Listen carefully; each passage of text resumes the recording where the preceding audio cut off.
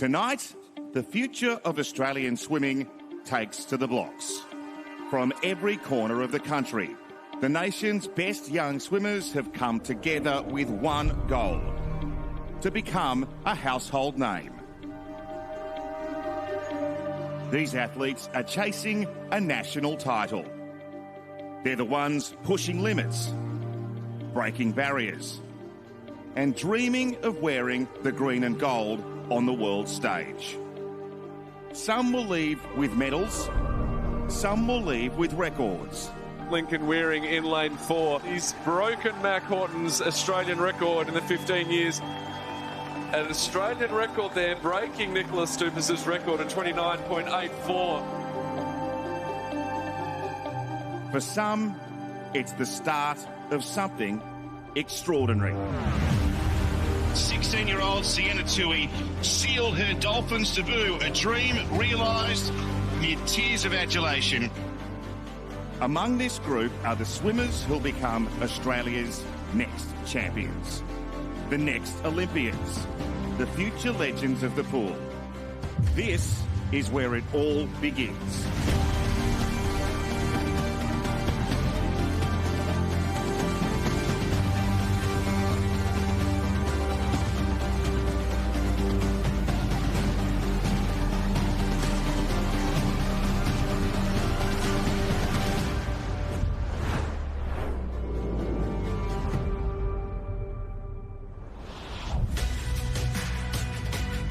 Good evening and welcome back to the Gold Coast Aquatic Centre. The sun has gone down, but the temperature is about to rise. This is night one of the 2026 Australian Age Championship Finals, and what a way to start. We've had big moments in the heats this morning, the lanes are set, and the best swimmers in the country are ready to race for national titles. I'm Will Rollo. Alongside me tonight is a man that knows more about the future of Australian swimming than almost anyone.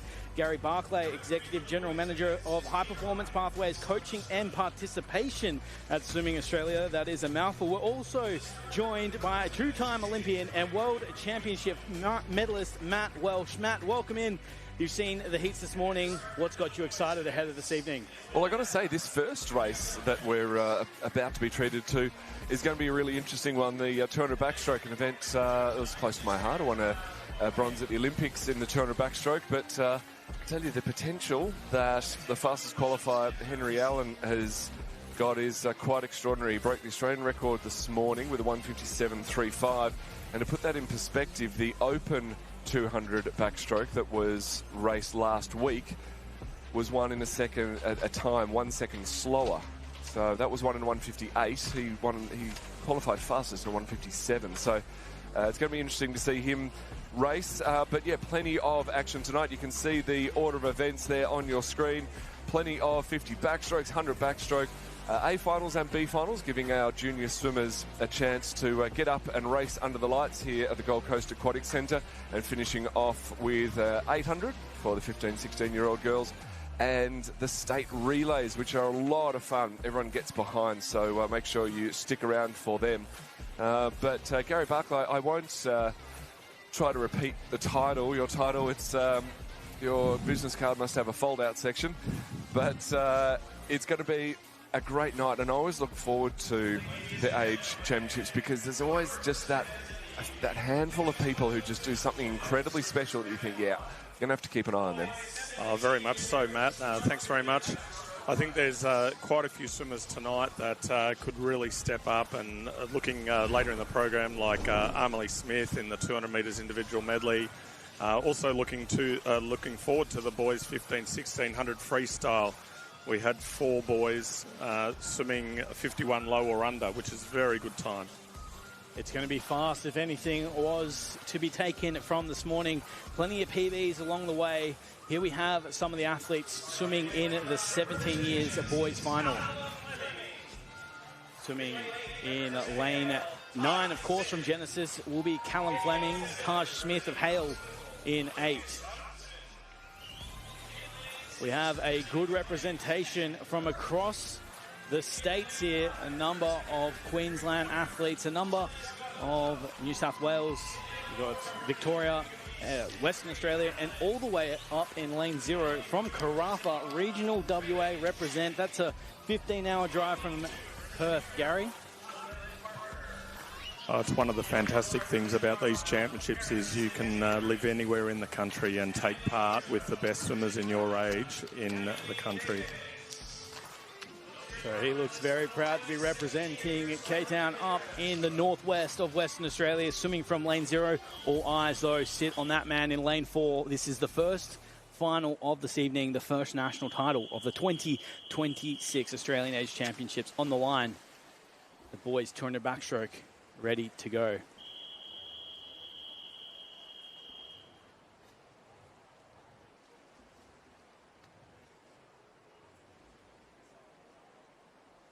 Take your marks.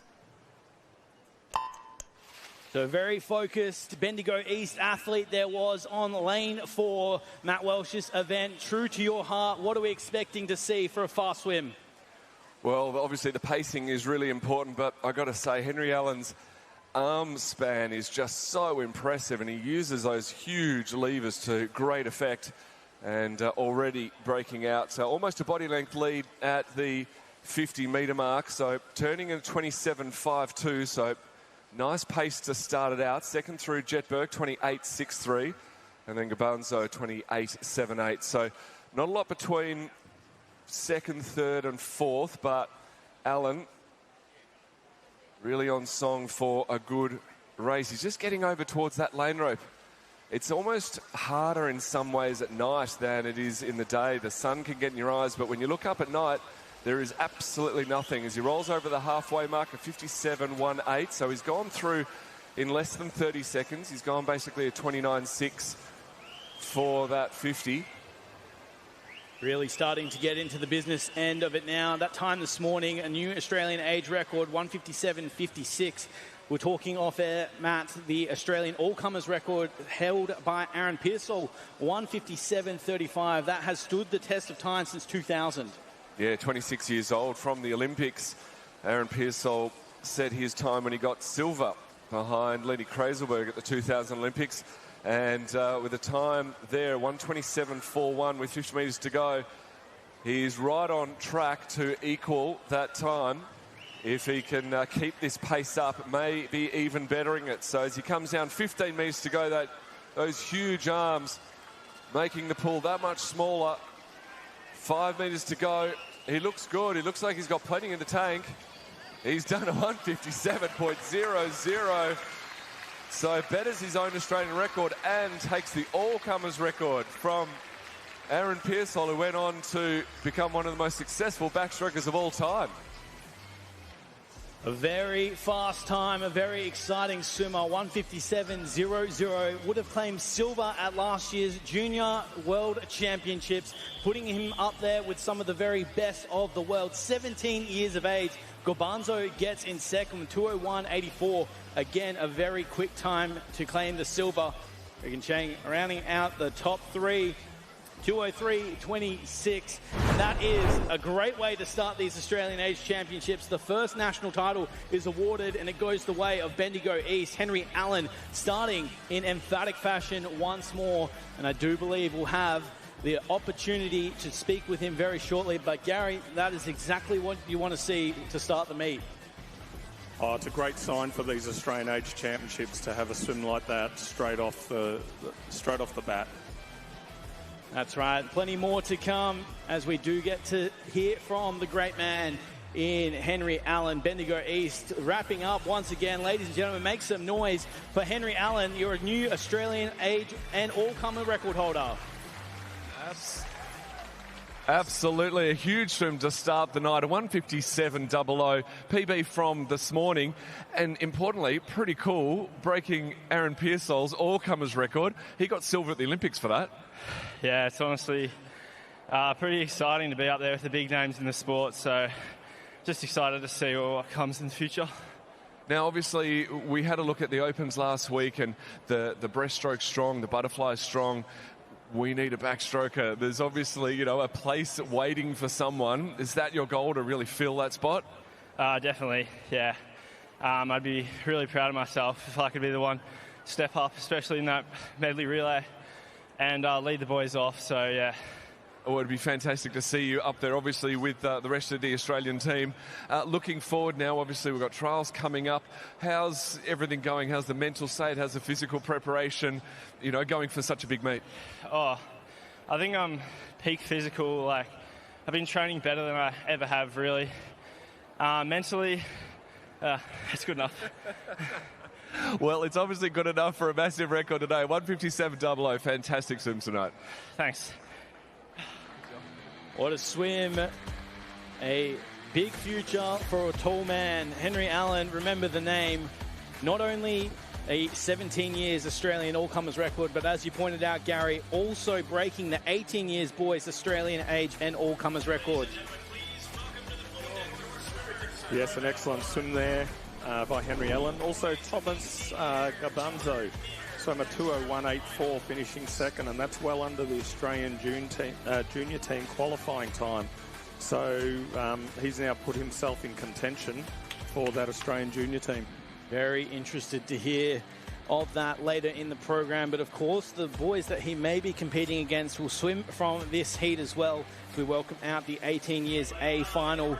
It'll be Solomon Freeman swimming out of lane 9 for Cronulla.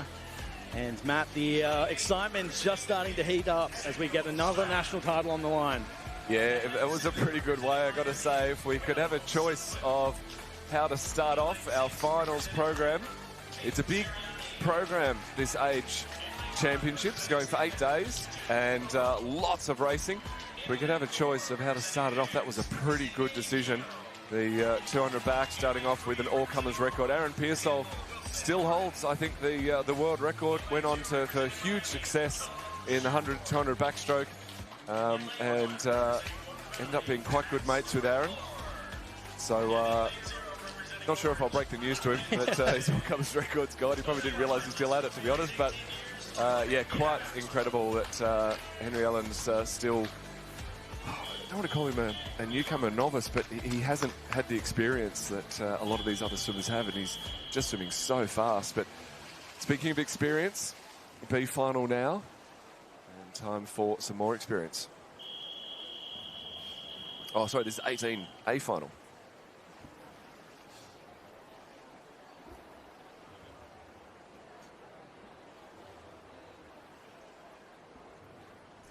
Take your marks.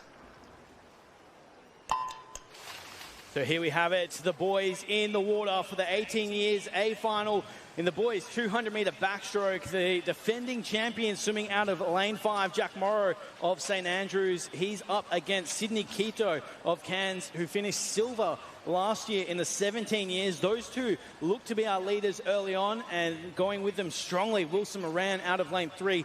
Gary, we're expecting this one to be very close. Oh, absolutely. All three boys in the middle lanes have really good form in backstroke. They've all trained really well throughout the season. And it's great to see them side by side because they'll be able to see each other just slightly. And that'll make for a really good second 100. Yeah, they're looking good at this stage. Jack Morrow's time from last year, 2:00.17. So not quite cracking the 2-minute mark. But maybe he'll be able to do that tonight. So he rolls over at the halfway mark in a 57.79. That is a great way to start off your 200. He didn't look like he overswam it either. So he looks to still be in nice control of this race. And quite a similar time in a lot of ways to the 17A final. Just really starting to make his mark in this third 50. This is ultimately the most important part of the race. Depending on how you've swum that first 100, really determines how much you've got for this back half. And a 1:28.87, so just outside the 30-second marker. And if he can continue this down, he should be able to break the 2-minute mark. He's led the entire way. He really went after it. That's exactly what we want to see. The others are coming back at him.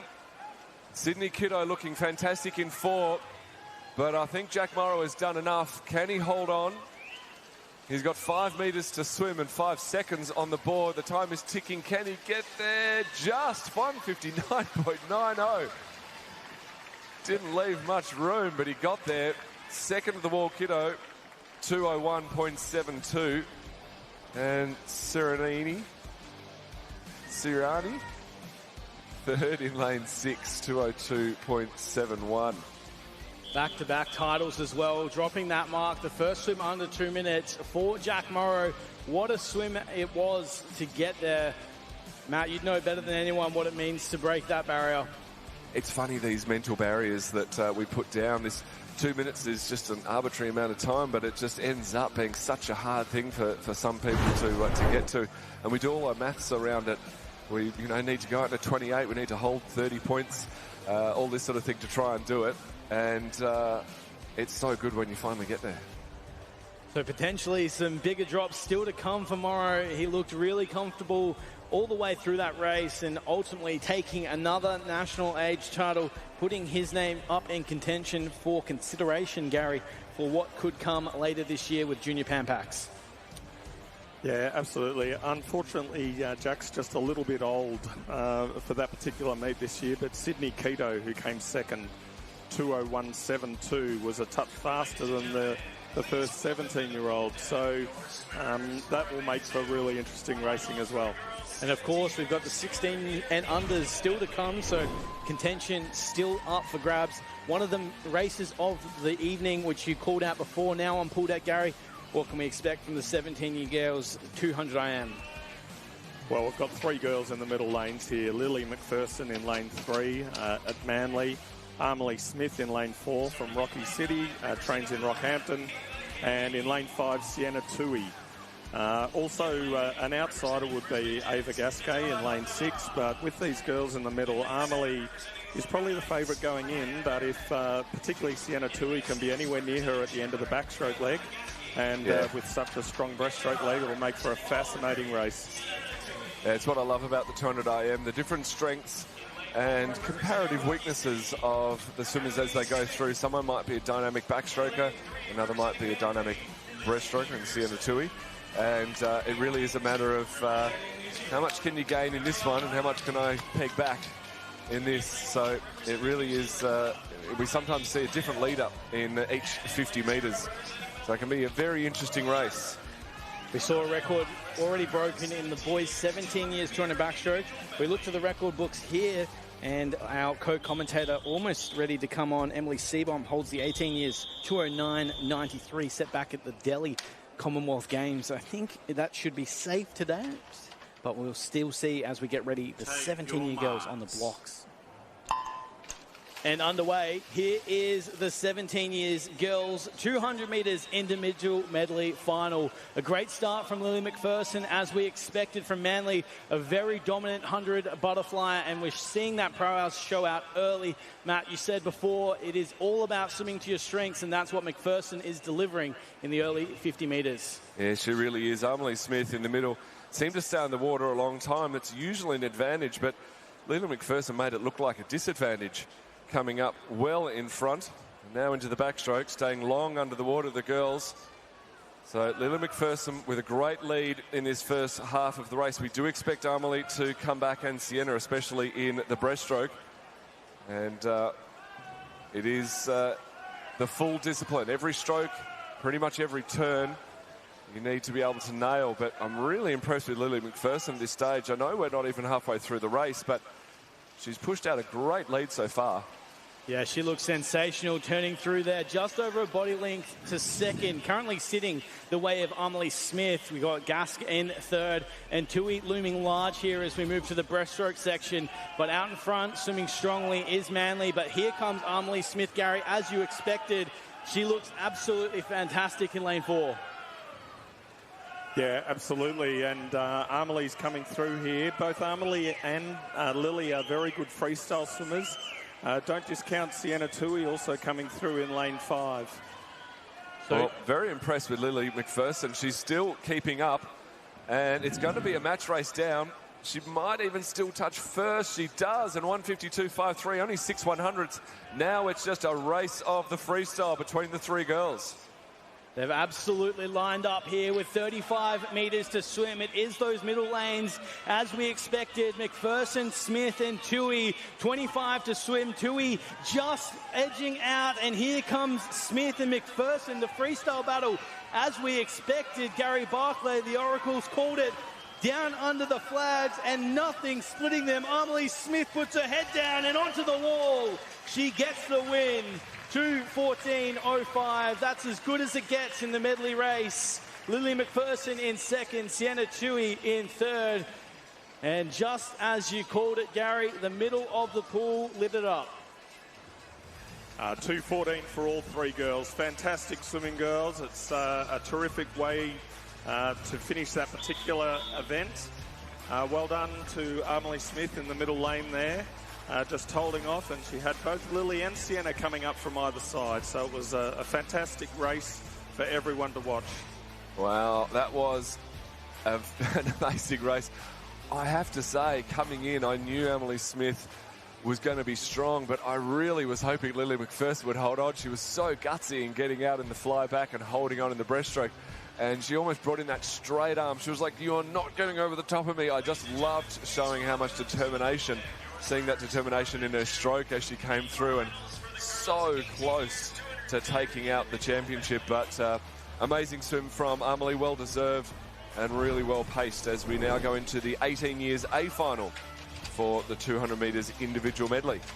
Yeah, you called it this morning, Matt. The Rocky City athletes certainly built very tough, and we saw that come to fruition once again through Emily Smith. Though we turn our attention, as you said, to pool deck here. This is the 18 years girls final. We have swimmers in lane 1 to 7, so good to see some good representation, especially in lane 4, where we just saw Julia Spedding, very impressive this morning. Yes, Julia was very good this morning. Her time 2:16.97, and one of the benefits of having the younger age group first in these finals, like the 17-year-olds, the 18-year-olds get to see what time the 17-year-olds are done, and then in some ways that applies a little bit more pressure to them to really step up in their 18-year-old final. 2:14, the mark to beat if they want to be considered to be representing Australia later this year. They're on the blocks here as we get ready for an Australian title to be crowned. Take your marks. So the good times keep rolling as the girls 18 years enter the water for that 200 IM final. Nothing splitting them through the first 15, and now Spedding starting to get into the controlling position out of lane 4. As we mentioned, the fastest through 2:16.97, the time to beat 2:14 from the previous heat. And Matt, as we go through the first 45 metres, it's an impressive start from 4, but as well from Wilson out in lane 7. Yeah, Wilson doing her best job to do a McPherson interpretation or impersonation in that outside lane, really taking that butterfly out fast and trying to make the most of her strengths in this race. Looks fantastic in the butterfly, looks good in the back as well, but have to say she hasn't been able to lose Spedding in the middle of the pool. She might still have that slight lead. Third, there's a real battle going on. At this stage, it probably looks like Ivy Gerstner. And Ivy does touch a 105.94, fourth through Dingwall, then Rollerson 5th, Allen 6th, and Taha 7th. Now into the all-important breaststroke. This is where Spedding really dominated the field this morning, starting to get into a dominant position once again, out to a body length and building the Griffith Uni athlete out of lane 4. It's great to have Spedding swimming here as the 18-year-old looking to claim a national title. That is the way to start your competition on night 1. So with 50 metres to swim, Spedding has cleared out to almost a 2.5-second lead. A big change as Ava Rollinson's come into the second position. And Matt, this is where the business hits the road. Yeah, this is the culmination of the whole race. It's basically whoever touches the wall at the end of the breaststroke has that advantage. We saw that all 3 girls in the previous race touched the wall almost at the same time, so we had a great race. But going from the slowest to the fastest stroke. That breaststroke to freestyle was a great advantage for Spedding, getting over the top of Rollerson. So 2:16.63 for our winner. 2:18.77 for Rollerson in second. Wilson held on for a 2:20.15. Allen in for fourth. Dingwall, Gerstner and Taha. So great swims there from the girls, and being able to hold on all the way through that breaststroke and freestyle there for Spedding to be sped through and take the win. I like that one. 2:16.63 gets it done. As you said, speeding through the field. Rollerson second. A good way to start off their finals program. The 17-18 years girls both swum that 200 IM. Bit of a change of speed now, though, as we turn our attention to event 3. Sorry, as we get the ratified results here. It is Julia Spedding taking that title. A great result for Julia. So Emily Seebohm's record there still intact.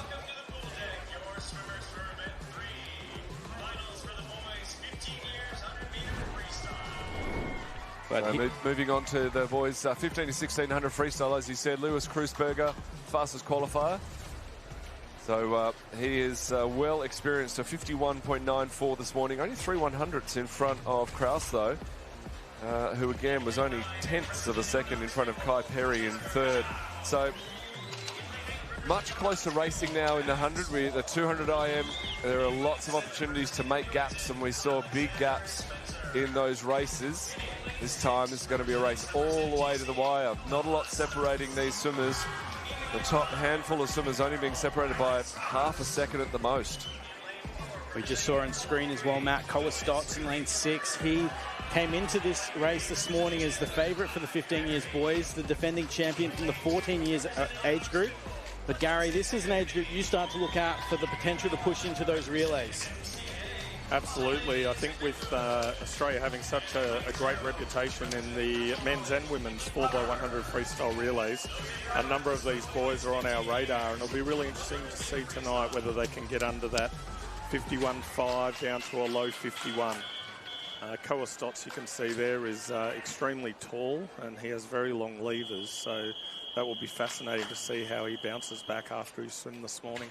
Absolutely. 51.17 the time it took to win gold last year. What do the boys have in store here? They're on the blocks under the instruction of the officials. And underway now is the 15 years boys 100-meter freestyle. Expect this to be fast and furious. And Matt, through the first 15 meters, there is absolutely nothing splitting the lead of the race. Yeah, using that height, Stotts had a great start. Next to him, Kraus under the water a long way. But it still looks like Stotts, Perry as well out in lane 3. In fact, sorry, it's Hegarty in lane 2 who touches second, 24.35, but 24.29. Stotts has got the measure on them, and coming back now, he looks very strong. A number of the swimmers will try to back end this swim, but I've got to say, he's doing a better job. He's extending the lead. He had half a body length. He's pushed it to a full body length. They're coming back at him now. Kreuzberger coming in. This is going to be very tight on the finish. He holds on by 0.2 of a second. I really thought Kreuzberger had the momentum there. But fantastic swim, 50.26. Almost under the 50-second mark, rather. And both of our top two under the 51. So great swim there. Perry in for third, Hegarty fourth. Kraus held on for fifth out of lane 5, but a 50.62 takes out our 15 years 100 metres freestyle. What a swim. Gary, you asked for a 51.5 and they delivered a 50.6. That is sensational stuff to start the 15 years boys. And as we talked about, the pressure now comes on the rest of the age groups. But of course, also we have the opportunity to welcome in our B finalists in the boys. 15 years 100-meter freestyle. What a swim from Koa-Stotts, though. If you look at the development of an athlete, you speak about the levers that he has to pull, both physically and literally.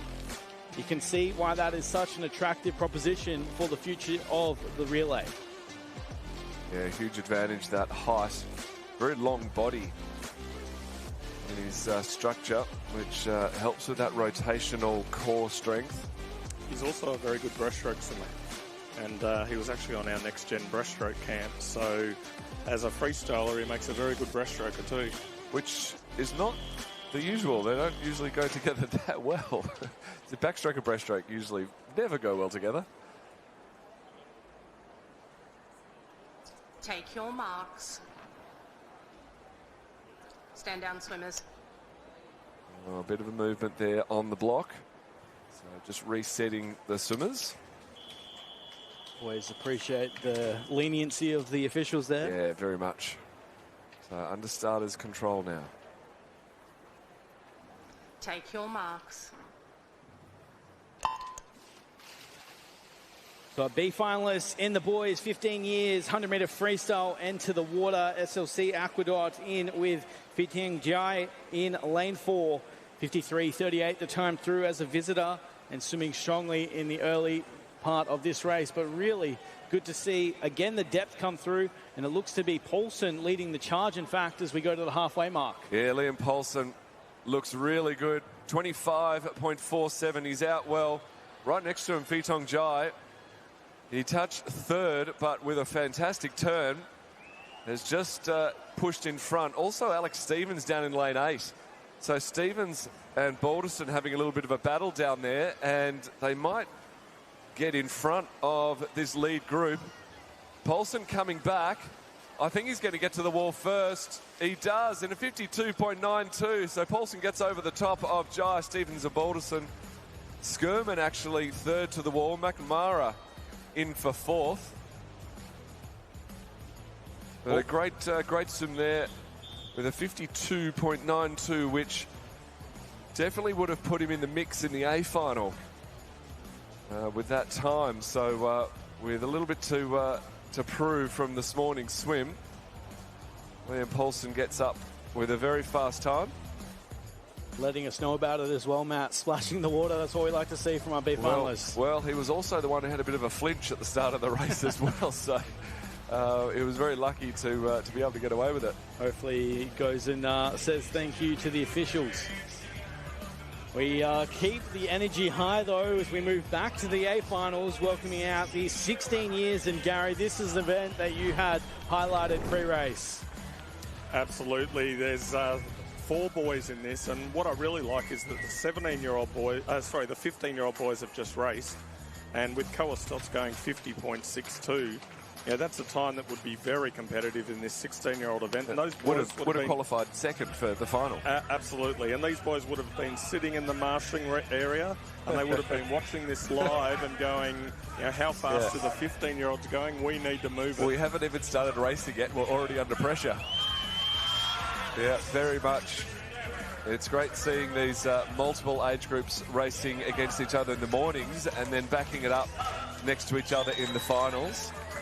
And it's moments like that, as you say, when the younger age group puts down a time that the older age group actually gets a little bit worried about. And that's what happens in these big meets. People put down times, you've got to respond. So let's see how they respond. Speaking of putting down times, Matt, the Australian record held by Flynn Southam, 48.60 the time, set that back at the 2022 Australian Age Championships. That's a strong time. Absolutely. I believe he broke Carl Chalmers' record to get there. So in good stocks is the Australian men's 100 freestyle, as is the women's, and the 16-year-old boys now have that chance to write their name in the history books. 51.06 the time it took to win last year. We expect to be a little bit faster this evening. Take your marks. So as we said, the pressure is on here. The 16 years boys enter the water with a shot at an Australian title. We want to see around that 50-point margin and going out very strongly. It's good to see the middle of the pool, Maxwell Cunningham, swimming strong. Yeah, we're going to have to get out in at least a 24, maybe a little bit quicker as they turn a 24.0, so they're right on track. 24.0 from Cunningham, Lucas Dunn at 24.2 and Winton at 24.3. So let's see how they come back. Looking really good as Lucas Dunn. He pushed off hard off that wall, lifted the rating. He's sitting high. And Cunningham and Dunn now pushing to the wall. So a 50.62 has won the race in the previous age group. This is a great finish. It's a 49.92 under the 50-second mark. A great last 25 from Cunningham. He really stuck it to the rest of the field. So Maxwell Cunningham, a 49.92. Montana snuck in for second, a 50.38. And Dunn in for third, a 50.75. It was a great turn there for Dunn, but it wasn't enough to come over the top of Maxwell Cunningham. And believe me, I'm correct in saying, Gary, coached by Bobby Jovanovic out at Brisbane Grammar, they've got some great freestylers in that program. Oh, absolutely. And he gets the opportunity to train with many of the older freestylers. He's got Ed Somerville there that he's training with, and Ed is swimming extremely well on the open scene. I think also Christopher Montana, known as a breaststroker, and went on the Australian junior team to Junior Worlds last year as a breaststroke swimmer and an IMer. But now to see him do the 100 metres freestyle and go that quick, 50.38, and we could end up with a number of boys, around that 50 seconds or a bit under, because remember, when we're picking a junior team, we've still got the 17 and 18-year-old boys to come. That is an exciting prospect. I believe the breaststroke freestyle combo is starting to become a bit more popular. We have our B finalists now on the blocks. Take your marks. And as called, the B finalists of the boys, 16 years in and underway, 52.46, the fastest through. The best of the starters, though, comes out of lane 0. Luca Brown swimming strongly with Nicholas Wychuk of Southside Penrose Wesley on the far side of the pool mat. We saw a number of outside smokies this morning. Looks like we're seeing some more here.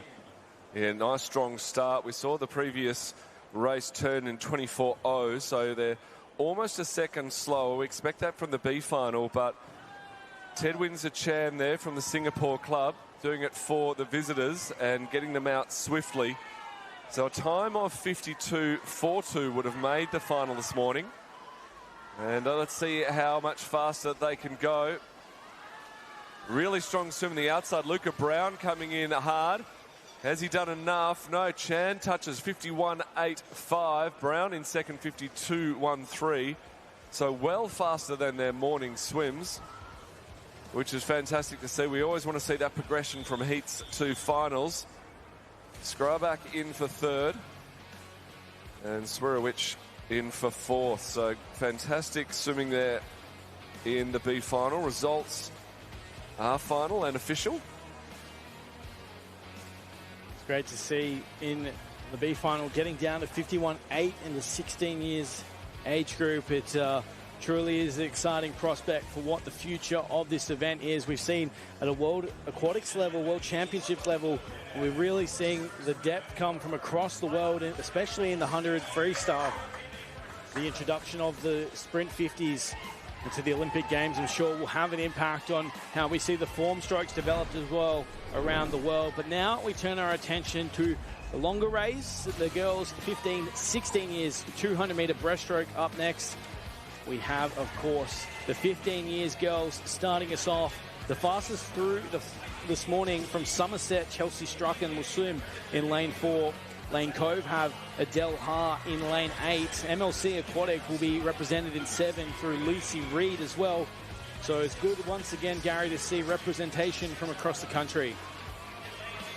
Oh, absolutely will. I'm really looking forward to watching the girls in the middle lanes here. Chelsea Strawn in lane 4, Emily Daunt in 3, and the Nuttawading girl, Keela Enters, in lane 5. But Chelsea is probably the swimmer to watch, having gone 2:31.68 this morning, just 0.4 of a second off the Australian junior team qualifying time. As well, the title holder from last year, 2:29.48, was the time to win. That, of course, Lila Ribol-Friedrichsak, and Lila up next in fine form. So if we can get around that 2:29 mark, we're in good company. Very much so, and I think Chelsea's probably the one to do that here in lane 4. So we see how they line up. Let's see how they race. The women's 15 years 200 breaststroke in the water. Strawn in lane 4 for Somerset. the fastest through. As we mentioned, the title holder sits with a 2:29.48. Expect these girls to be out very quickly in order to stay under that pace. The 200 breaststroke, as we talked through this morning, all about easy speed through the first 50. Yes, absolutely, Will. And we can see the girls just lengthening their strokes out as they go down the first 50 and come into the 50-metre turn. Turning first there, Chelsea Strawn in 34.37, which is a good first 50. We'd expect a time around 1 minute 12, 1 minute 12.5 if these girls are looking to go under 2 minutes 30. That's a solid 100 breaststroke in its own right. So to see that pace early on is exactly what we want to see for the 200 breaststroke. Strawn out to a body length and building as we come to the halfway mark. There's competition for the minor medals, but Matt, as we go through the halfway mark, there's no challenging the lead, sitting with Somerset in lane 4. Wow, that was a nice little prediction there as well, Gary. 1:11.89, so very close to that 1:12 mark. And I often find in that first 100, especially almost the first 50 of the 200 breaststroke, it almost feels like they're not going fast enough. I don't want to say it's frustrating, but it's like, come on, let's go, let's get going. But the pacing has got to be perfect, because this is when they need to really push it. And they need to be really long and efficient at the start, because now the fatigue is really starting to set in. The legs are burning, the lungs are burning. And coming down to this final turn, a 150.65, she's on really good pace. In the middle of the pool is Chelsea. Second through is Keela in lane 5. Third through, Avery Coe. Then Emily Daunt in lane 4. Fourth through in lane 3, rather. Here we have the final 25, and it's all Strawn on your screen. Somerset represented strongly as we look across to see the battle for the minors. There's no challenging gold. It's going to go the way of Chelsea Strawn. 2:31.68 the time this morning. 2:29 looming large as she gets onto the wall. 2:30.71. A very gutsy effort there from Chelsea Strawn. Exactly what we want to see on night 1 of the Australian Age Championships here on the Gold Coast.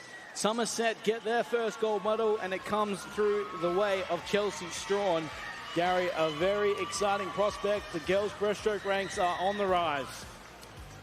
Absolutely, and it's something that I know coaches all over the country have been working on, is improving breaststroke. And as I look into the grandstand, I can see the great Barry Prime up there, an Olympic breaststroker himself, in the grandstand watching over. And it's an exciting stroke because it's harder than all the other strokes. And as a former breaststroker, I think breaststrokers love watching breaststroke races. There's a fighting word sitting next to an Olympic medalist backstroker. So just be careful what you say there, Gary. Yeah, no, there's a shark coming after me. I'm going to do breaststroke. No, it is. Look, it's funny that we both enjoy breaststroke because of the complexity of it. But I guess you have the side of, it's a simple stroke when you get it right. And I agree with you, it is. But it is so hard getting that timing right. And when you do get it right, that's when we see times like Strawn's there, 2:30.71. Really well-paced swim tonight. 5 seconds in front of Enters and Co. for second and third. So it really makes a difference getting the timing right, getting the technique right, getting all the skills. And it's so good to see now that they're consistent. People are doing great dives, really nice split pull-through strokes underneath the water, coming up well, counting their strokes, doing all of these things that the best of the best do, no matter what the level, and that's where we're going to get progression. I still am amazed, though, that as we move into the 16 years A final for the 200 metres breaststroke, I'm still amazed by this national record, still held from 1994 from Rebecca Brown. It was a world record when she swam it. It's still astounding to see. Fastest qualifier, Lila Rebo de Brizac, 2:27.96. Absolutely remarkable, the time, 2:24. I mean, even if you look at the world records or the world's best at the moment, they're still not swimming that much faster than the 2:24 mark. So for that to be considered all the way back in 1994 with so much technological development over the years, it truly is special. But equally so special is this final field. Speaking of that, the middle of the pool once again loaded with talent. When we look at Lila Rebo-Debrazak in lane 4 and her time this morning, 2:27.96, like that's a world-class time for a 16-year-old girl. There won't be many girls in the world going that fast, and if she can repeat that time or maybe go slightly faster tonight, that would be an outstanding effort. So here is their opportunity now. The 16 years girls enter the water for the 200-metre breaststroke final. And another star-studded lineup once again. Lila Rebo-Debrazak in lane 4. Brielle Dredge swimming from 5. And Heidi Schumack out of lane 3 for Sopak. But really so much talent across the field as we go down 35 metres swum. And Matt, as expected, Lila getting to work for Newmarket Races. Yeah, she's doing well. She's almost doing less strokes. In fact, she is doing less strokes than the others with that huge distance per stroke, almost distance per kick as she goes through. She touches first, 33.36, and we expect this lead to continue to grow as she gets stronger and stronger throughout this race. Heidi Schumack looking good on her shoulder in lane 3. Also in lane 5, Brielle Dredge. So a good battle there for second, but you've got to say, with a classy swim out in front, Rebo-Debrazak is doing a fantastic job turning at the midpoint in a 1:10.44. Now, Guru on times. How's that progressing? That's an excellent first 100 by Lila Rebo-Debrazak. Also, I like the way Brielle Dredge is swimming this race. She would have been a little bit disappointed this morning after that race, and she's really putting herself in contention for a medal, as are Coco McGrath as well, also from Newmarket Races. So those two girls, Lila in 4 and Coco in 6, both training together under Steve Miller.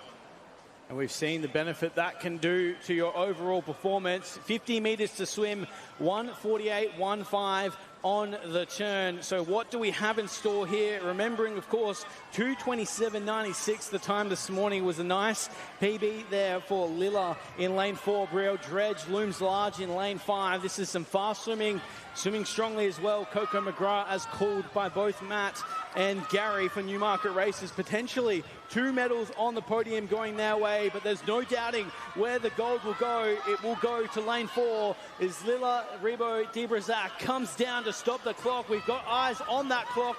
2:26.06, a world-class swim from the 16-year-old Lila Rebo-Debrazak. That is an outstanding swimmer in lane 4. Congratulations, Lila, and also to your coach, Steve, on a terrific performance. And we've watched this athlete and coach work together over the last 6 months, and they've done a terrific job in helping Lila to improve over time.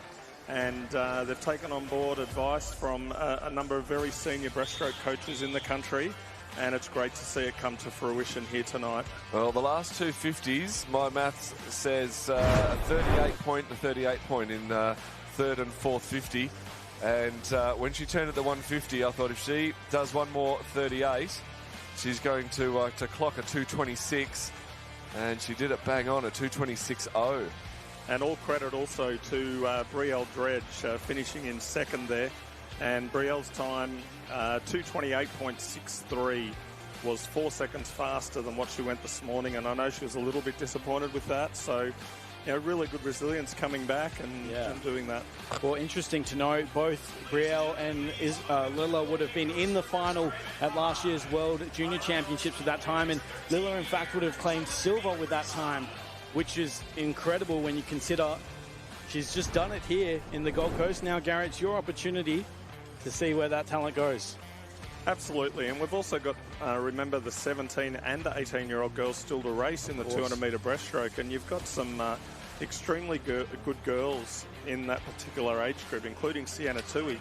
So it'll be fascinating to see how this unfolds across the week.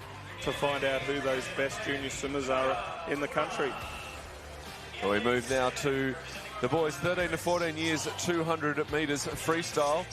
And looking across the field, looking across the records and title holders, a very interesting 14 years Australian record held by none other than Ian Thorpe.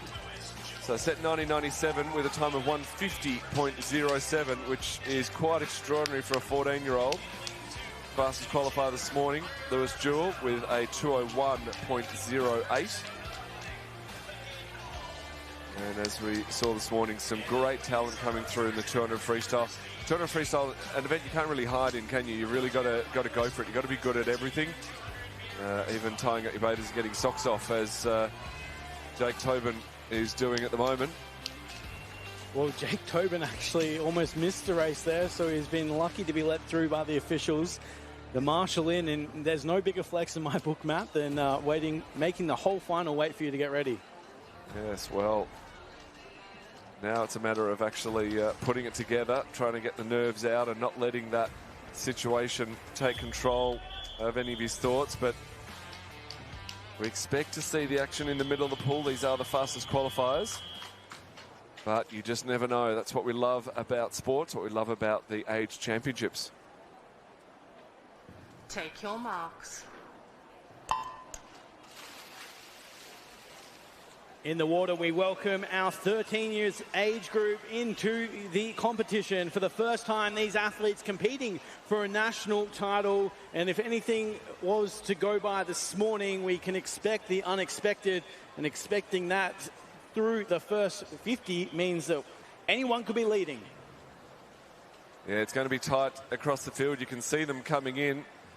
It looks like it's Jewell first, so fastest qualifier, touches first, 27.62. Second, Bastow. Third, Blair. Hatchard in fourth, our visitor from the USA. He had a great swim this morning. But you really want to be right up with the leaders at this stage. Don't necessarily need to be making a big break, but that's what Lewis Jewell is doing. He wants to break them early. He wants to crack this race open.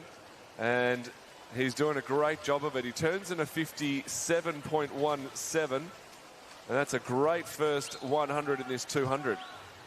Yeah, he looks fantastic out in lane 4. City of Sydney well represented, and they continue to go from strength to strength here as Jewell just puts on the jets off the wall there. Swimming strongly in second, as you touched on. Novocastrian represented through Liam Blair. And that is the top two comfortably, as there's now a great battle for third. But as we go to the final turn, Matt, there's no doubting the lead. Out by a body and a half, Lewis Jewell absolutely flying. 1:27.33 with 50 to swim. Yeah, he did that third 50 in roughly 30 seconds, which is what he wants. If he can hold on for another 30 point, even a 29, he's going to hold on to that 1:57 time. So 15 metres to go. He's filled with adrenaline. He wants to get to this wall. He wants to take this race. And with 5 minutes to go, he just needs to keep it holding on. He does. A 1:57.94. Nice swim. Very well done. So it comes back in about a 30.5. Oh, I love to see the nice 13-year-old. flex. So Blair in second, just outside the 2-minute mark, 2:00.68. Third through was Wheeler. Right next to him in lane 6, Hatchard. Fourth through in lane 3, our visitor from the USA. But it's all smiles from Jewell in the middle. Gary, 1:57.94, 13 years of age. How does that stack up? That's a very strong swim for a 13-year-old. And, you know, just looking at the way he swam that 57.1 and then came back in 1:00.8. So, you know, he's paced that really well. Just come back in a 30.4, which is a really nice way to swim that 200 metres freestyle. Matt, any notes for young Jewell after that dominant performance there, now ratified with the results? Keep going. Use that enormous enthusiasm and the energy that you got from that. And that's what happens, isn't it, Gary, when they have these big swims, they take that with them. Every time they turn up to training, they feel that energy, they feel that almost responsibility to keep the effort up, to keep the training going. And I'm sure we'll see big things from Lewis Jewell as he moves forward.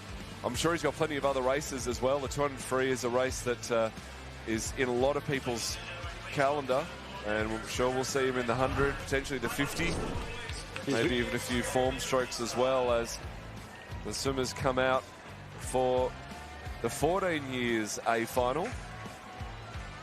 Tell you what, man, we just had a perfect view of watching the athletes get out of the pool. I don't know what they're feeding these 13, 14-year-olds, but they are big boys. They're cut, aren't they? They're training a lot.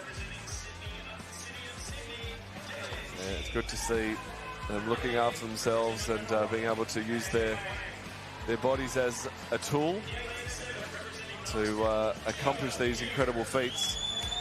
So how are we looking in this one? The fastest qualifier this morning, a time actually pretty much bang on what we saw just then in the previous race. A 1:57.90 is fastest qualifier from Thomas Penny.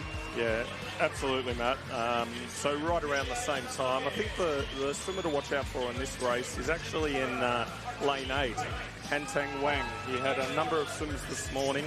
He's capable of going around a 1:55. So the boys in the middle lanes who went 1:57 and 1:58 this morning, they won't be able to see him out in lane 8. So this could be an absolutely fascinating race to watch. He was fastest qualifier in lane 4 in the first heat this morning. It was a very conservative swim. The second heat went considerably faster, and in some ways he's almost lucky to make the final. If we did only have 8 swimmers through rather than the full 10, he'd only just scrape in. So this will be an interesting race. Let's see if he really goes for it. So here is the opportunity to claim an Australian title. Not much splitting across the field. It was very competitive this morning, and it's starting in similar fashion. It's a great start out of lane 6 for New Zealand, for Ismail of Surrey Park. But the field now starting to get to work, including Hantang Wang, the early favourite, out of lane 8. Yeah, Isak Ismail doing really well. A 26.0 is a great way to start. Hantang Wang traditionally has a fantastic second 100, so he comes home really hard. The fact that he's out in front of the majority of the field is a bit ominous for everyone else. But Ishak Ismail from Surrey Park really wanted to grab the bull by the horns and go for it. He looks strong. Can he hold on? That's the big question, though. We're not even halfway through. It's a brave start out of lane 6, and you know what, Matt, I respect the courage, as we said this morning, especially here is insane swimming from Ismail. Hantang Wang swimming strongly as well, starting to move through as the challenger, but it is still Surrey Park leading from lane 6. I'm really impressed by this, Gary. He's really gone out after it. There's 50 to go. Anything can still happen. It's less than a second. It's about 2/3 of a second separating Ismail and Wang. And now here comes the big kick. We knew it was going to happen. I did think that Ismail had potentially had enough in the tank, but he spent it all in the first 3 laps. Here comes our fastest qualifier from the heats. As he comes down, 5 minutes to go, he's timed this very well. And it's going to be a quick time too, a 1:53.67. So really well-paced swim there. Could almost argue that he's got a bit left in the tank. He did wait quite a while to put the hammer down. Ismail had a very nicely paced swim, a 1:55.7 for second. Penny in third, a 1:56.05. And then Nemeth Fordeer for the 4th and 5th. So we'll be dubbing Gary as a bit of an oracle there. You predicted 1:55 and we delivered a 1:53. So your first miss of the day, but happy with that miss. That's an electric time. 14 years of age, 1:53.67. That's a very impressive swim. That was a great example of the different ways that you can swim a 200 metres freestyle. And, you know, all credit to Ismail for the way he went out there and held on for second place. And also for Wang for not getting, you know, upset in that first 100 metres and just sticking to the process and racing his own race. So 5 events swum there. It is Hantang Wang of Nunawading taking the win. Plenty of action still to come here in night 1 of the 2026 Australian Age Championships. Be sure to tune in for all the races Thank you for joining us in stadium or via 9 Now. Plenty of action left of night 1.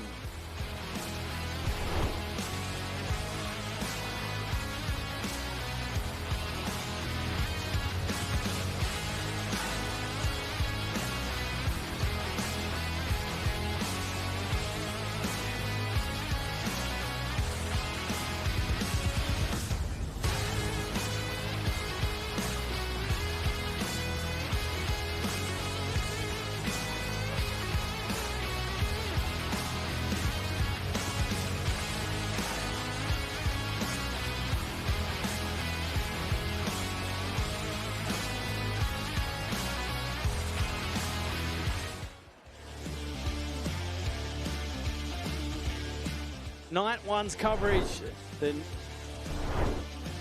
Thanks for joining us for Night 1's coverage here on Nine's Wide World of Sports. Apologies. Close. Close. We do have the pleasure of being joined once again by a legend of the sport, M. Seabohm. It's been a big week for you, Em, but it's only just getting started here for the Australian Age Champs.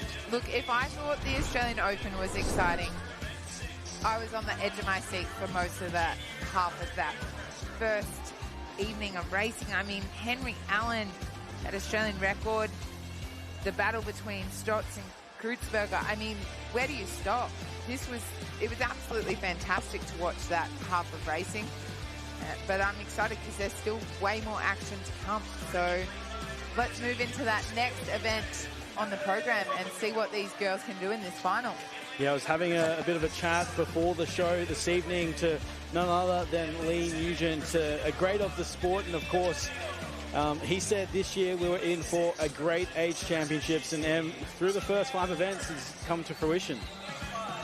I mean, I really didn't think that we were going to start the championships this morning with an Australian record, and we did. And then he backed it up and did another Australian record tonight. So, I mean, I feel like it throws everything out because that was a phenomenal way to start this meet and to start these championships. And I think it just helps flow through the rest of the meet as well. Like it just creates a massive vibe and everyone sort of gets around that. And you heard the fans here in the stadium, they were so excited with it too. So it just builds that atmosphere. So it's a fantastic way to start the program and still so much more to come.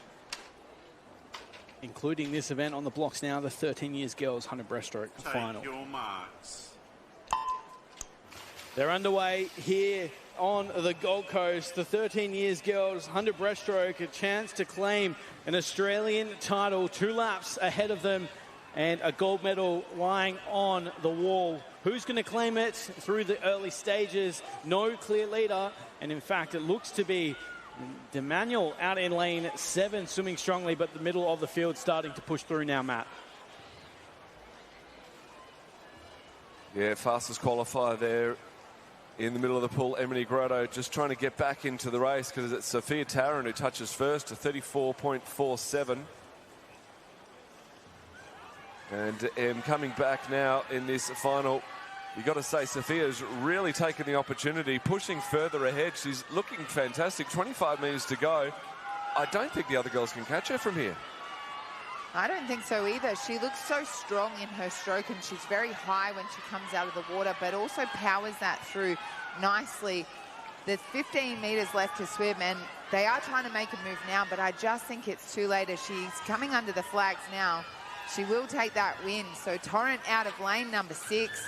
She gets it on the wall, 1:13.65. Fantastic swim. That is incredible. Almost a second faster than the time that took to win gold last year. Sophia Tarrant gets another win here for Somerset. They've been on fire on night 1, and as you described perfectly there, and a beautiful breaststroke technique to get the gold, in fact. So as we've seen already this evening, those breaststroke stocks really starting to rise here in Australia. And I mean, only being 100 metres too, quite dominant, almost a second on the rest of the field. So a fantastic swim. She wasn't scared to take it out, and she really was able to hold on strong on that back end. Even though they started fighting the last 10 metres to go, she seemed to have it pretty much under control, and she really was able to steady her stroke. And a national title to go with. 13 years of age, that is a great achievement at such a young age with a very bright future ahead. We welcome to the pool deck the B final for the girls 13 years, 100 breaststroke. Take your marks. Entering the water now, it is the B finalists in the girls 13 years, 100 breaststroke. This, of course, a race for experience. They will be hoping to step a foot further forward than this morning's swim, and none more so than the current leader swimming out of lane 3 of Nunawading. That looks to be Wu as we come down 35-metre swum. Yeah, Wu from Velichkovsky in lane 5. Connor also had a bit of an early lead there, but Gannon coming through as well. In fact, it's Wu to Gannon, then Velichkovsky. 4th through is Henderson down in lane 9. So they're coming from all sides. This second 50, though, is so important to come back. You might be able to get out fast, but if you spend all your pennies in the first 50, you've got nothing in the second. And Anis Zishi Wu from Nunawading has paced this very well, driving forward, keeping the rating up, keeping her head down, getting into that streamlined position. And now with 5 metres left to swim, just needs to nail the finish.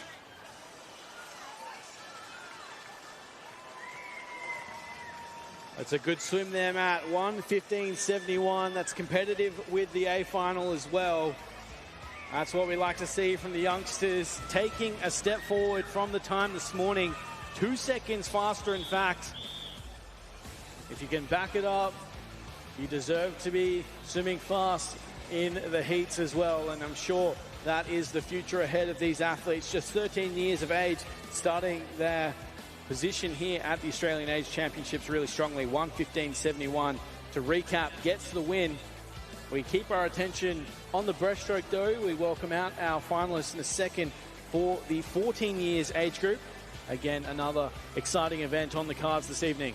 Yeah, that time, some in the B final. If Wu did that this morning, she would have gone through 3rd fastest for the A final.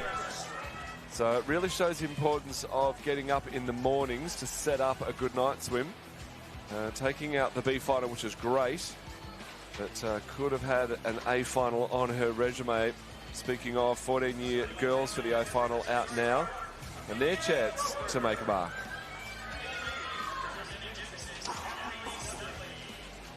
It's a tough thing to do, to step up in the heats and then deliver again in the final. And any sort of advice for those swimmers getting ready either to race now or for further in the meet?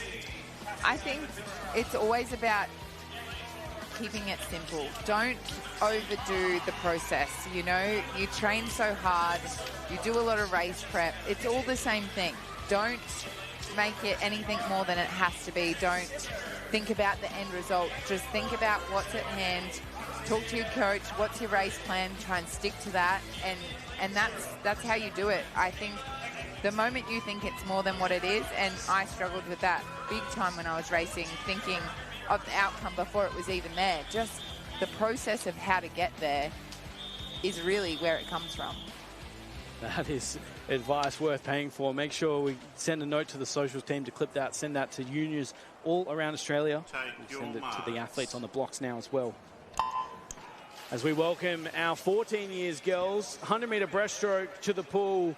A great start coming from lane 4, Lucy Ma, MLC Aquatic, really maximising that dive off the blocks. And you can see the momentum and really translate into the stroke now as we go through the 25-metre mark. Yeah, looking very strong out there is Lucy Ma in lane number 4. She's got quite a fast pace about her. She doesn't get out too high out of the water. She stays nice and low as she comes into that first 50 turn. We'll see that split. She splits through in that 33.03, 33.28 for Patura right next to her. So it's quite the battle. Patura's not letting her get away, but Ma looks very strong out there. Yeah, this is a great battle in the middle of the pool, but as you said, Ma still controls the speed. We're going to have to see a drastic change in rate here from Patura if she's going to come over the top, but we have seen Somerset really stand up on the breaststroke ranks. Across the field, it's a tight battle for the bronze, but the gold medal sitting in lane 4 once again. Lucy Ma continuing that fine form off the start, 1:11.22. Patura in second there, 1:12.23. Rounding out the top 3, it was Jessica Daly managing to get on the podium for Somerville House. What a great swim by these 14-year-olds. 1:11.22, that is a great swim. It's a little bit faster than what we saw to take gold last year, and well and truly up there with some of the best. Yeah, good final swim, but 2 1:11s in one day. That's really impressive. Went a 1:11.78 this morning. Backed it up a little bit quicker, about half a second quicker. So that's what you really need to do to be able to improve, but get yourself into a good position. If you go to a big international meet, you don't have the luxury of having a nice easy heat swim to save yourself for the final. So very impressive there for Lucy Ma, setting herself up to win by over a second in the end. Yeah, so that's your gold, silver and bronze medalists. So Lucy Ma, Asha Patura and Beth Dragenza with that third position. So plenty of breaststroke coming up. We've got the B final now for the 14-year-olds. We then move into the boys 17, 18, 50 metres breaststroke. And then, don't worry, Em, we've got some backstroke. We've got 50 back after that. Which might be another one.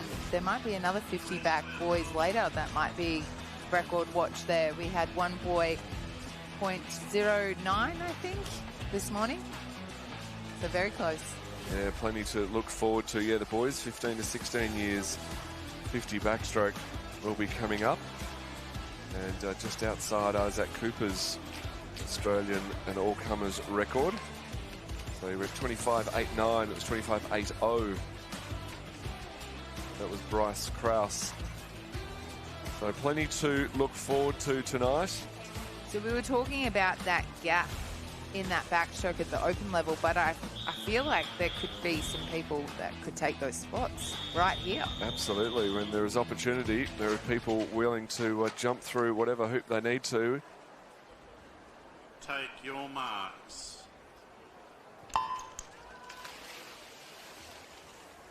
The action continues with the breaststroke as we welcome out our B finalists in the girls. 14 years. It's a great start across the field. Once again, we've said that a number of times. Swimming strongly out in lane 0, though. Collison for Kincumber Pacific Dolphins looks to be near the lead, as is Charlotte Holmes of Camden.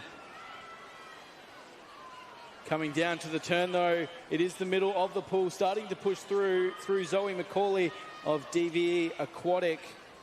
Turning through in that 35.01. Holmes looking great out there from 1. But Durbridge in that second touch on the wall, 35.28. So this is where the battle comes.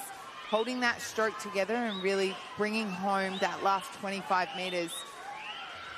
Durbridge is looking great out of lane number 3. Very strong on that last 25 metres. We come down to 15 metres to go, and she's powering in front of the rest of the field. Also, Holmes out of 1. Very strong coming home. They're under the flags. Let's see who can get their hands on the wall and what times they can produce in this 100 breaststroke. 1:14.51. Holmes 1:15.61. And Barnes with that third touch, 1:15.73. What a swim end there for Northwest to get on the wall first. Unfortunately, a couple of disqualifications in this evening's B final. We'll wait for the results to be ratified. Quick replay of the race as well. 100 breaststroke, such a difficult one. You think it'd be easy, just get out and attack it, but sometimes that second 50 can really sneak up on you. And Durbridge did a fantastic job playing out the tactics there, and there it is confirmed now. Zoe Durbridge on top, 1:14.51. Great job in that B final. Faster than this morning, which is all you can ask for, and hopefully pretty close to that PB, if not a PB tonight. As we have a look at the next event coming up, it is your boys' 17 years, 50-metre breaststroke final. And I'm really excited for these 50s because now that the Olympics have brought in those form stroke 50s, we're just going to see a lot of athletes target that as well as that 100. It gives them another opportunity. If they're really that sprint athlete, it gives them that another opportunity to have another swim at those major meets now, which is fantastic. What would you have done if the 50 was at the Olympics? 50 honestly wasn't my favourite. I think for 50s, you have to be really on them. You can't let anything go. You've got to have a great start. You've got to have great underwater. You've got to get onto the wall well, but you've also got to find your rhythm in that 50. It can't be too fast because your arms can't keep up to your legs. So for me, 50s were too technical. I liked 100 or a 200 where you can play around with the field a little bit more and find some different rhythms, find some different pacing. So 50 for me was one of the hardest events out there. Yeah, and that's where you can see, I mean, you called the race yourself, the men's 50 butterfly where we saw Kyle Chalmers throw his hat in the ring. That's certainly something to keep an eye on. I think we'll see a lot of swimmers really changing it up in the next couple of years. I think, you know, Cam McAvoy does it so well. He's such a experienced athlete, being a lot older than what most of the team is these days. But it just goes to show that there might be a spot for older athletes to stay in the sport for longer with the opportunity to swim these 50s now. So we might see a load of different athletes staying in for LA 28 and Brisbane 32. So pretty exciting, to be honest. Yeah, very exciting, especially when you can think that they will be competing against the likes of these athletes set to take to the water here. We just met our finalists, 17 years boys, on the blocks. Take your marks. So it was 29 across the field this morning into this evening. What can we expect? Fireworks, of course, through the first 15. It is Cook leading Brownlee out in lane 1 as well, swimming strongly of New Zealand. Wheeler, so down with 15 to swim. It's still sitting in lane 4 through William Brownlee. He's out to half a body length and building under the flags. The title will go the way of lane 4. William Brownlee touches the wall there, 28-46. MLC Marlins represented strongly, and he shows us the guns. That's what we like to see, a bit of excitement after a national title. Oh, a bit of showmanship, hitting the wall, 28-46. So underneath the 22nd mark, just outside of Charlie Cook. And Venter there with a 29.28. Love the bright pink cap from Warringah, always a big fan. It really stands out, but great skills in the breaststroke. He's got that lead, that was at the 25-metre mark, that replay, and he had a really strong lead already. He basically had it off the start and just kept extending. So it was fantastic to see that dominance in that 50 breaststroke. And it's, you know, so much work on the stroke, but sometimes it's just that day when they spend all that time on the starts. Speaking of which, we're starting with the B final. So fastest through, Alex Whelm.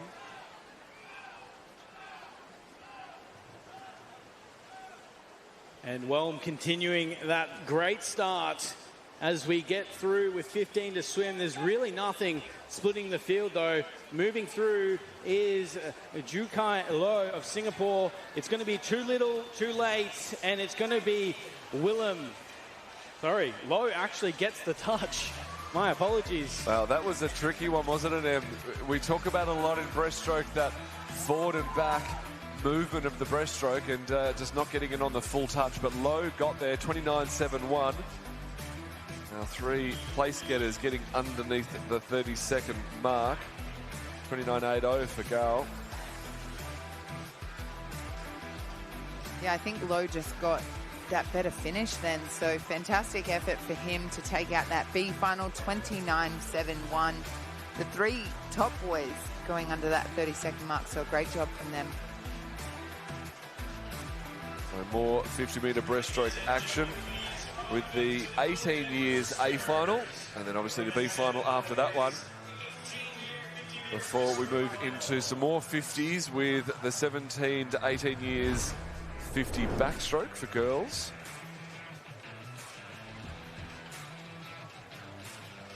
Always a great feeling walking out onto, I want to call it centre court here. It's that environment, the big stadium, the big stand, everyone cheering. You can see all the spectators up in the stands there, family, friends, supporters. And there's Ryan Chung in lane 9, getting presented to the crowd. And fantastic to have this opportunity to race, get that night swim after this morning. Thomas Sutherland, the fastest qualifier through from St Andrews, a 28.22 this morning. Jacob Story, Cook Islands Club, visitor about a third of a second back, a 28.55. Nicholas Stupas there getting presented to the crowd from Caulfield. He's won plenty of age championships in the past. Let's see how he goes. He's more suited towards the 100-200, but clearly showing his versatility and getting up for the A final of the 50. I like what you said there, Matt. Swimming under the lights here, the outdoor pool, it truly feels like centre court MCG vibes for sure. And I guess that's what the beauty that this venue provides. So here we have another national title on the line, the defending champion swimming out of lane 2. And underway, here is our 18 years 50-metre breaststroke final. It was a great start from 4. Thomas Sutherland of St Andrews starting to get to work now, though, is Nicholas Stupas, the defending champion. So 4 and 2 lead the way. In a mix is third. And Bond starting to push through as well through Jacob Story. With 5 to swim, it's Stupas and Sutherland. Who's going to get the touch? It is Sutherland. 28.07, a hard one to judge once again. Stupas settles for second. What a win there for our swimmer from St Andrews. Thomas Sutherland, as you mentioned before, Matt, absolutely nailing that touch. Yeah, that was a really tight one between Stupas and Sutherland. So 28.07, nice time there in the final. Very dynamic start. He looked like he had it in the bag at the 25 metre, but Stupas was coming back at him, and look, just at that finish, he finished on, he's just in a better place in his stroke, a better place in the pool. Not a lot between their head positions, but just having to go through the outsweep, in-sweep before he could get his hands onto the wall. Nicholas Stupas there for second. Jacob Story in for third. Mercer, Skipper, Cook, 4th, 5th and 6th. So B final now for the 18 years 50 metres breaststroke.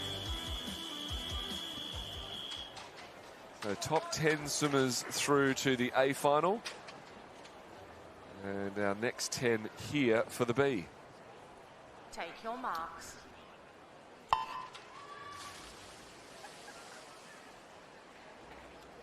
So another opportunity for these athletes to stand up on night 1 of the 2026 Australian Age Championships. The Gold Coast Aquatic Centre putting on an absolute show. And these athletes standing the test of time. Out in lane 1, Bailey Harm starting to move through. He just saw his teammate take gold, and he wants much more of the glory. So St Andrews represented through Harm out in 1. Should get it done, and does. 30.01. St Andrews go 1 and 1 in 2 consecutive races. Second going the way of Rosetto. Third, Cashman. Plenty of harm done there in lane 1.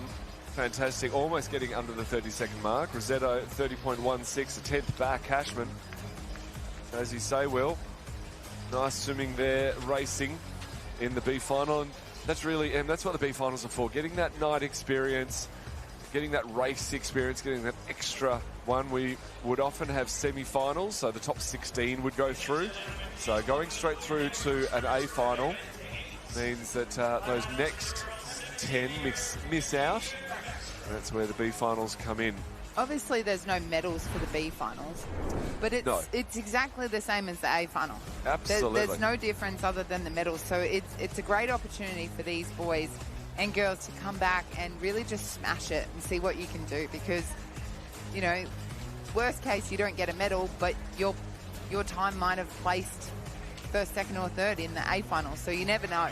So it's always just best to just rip in. We had a race before that the winning time in the B would have qualified them third, I think it was, in the A. So sometimes it's a matter of making up for what they missed out on in the heats, what they potentially didn't do in the heats, and trying to get that justification of, no, I did deserve to be there. But you got to do in the heats to make the A final. Eva Potts there being presented. Ruby Crowther.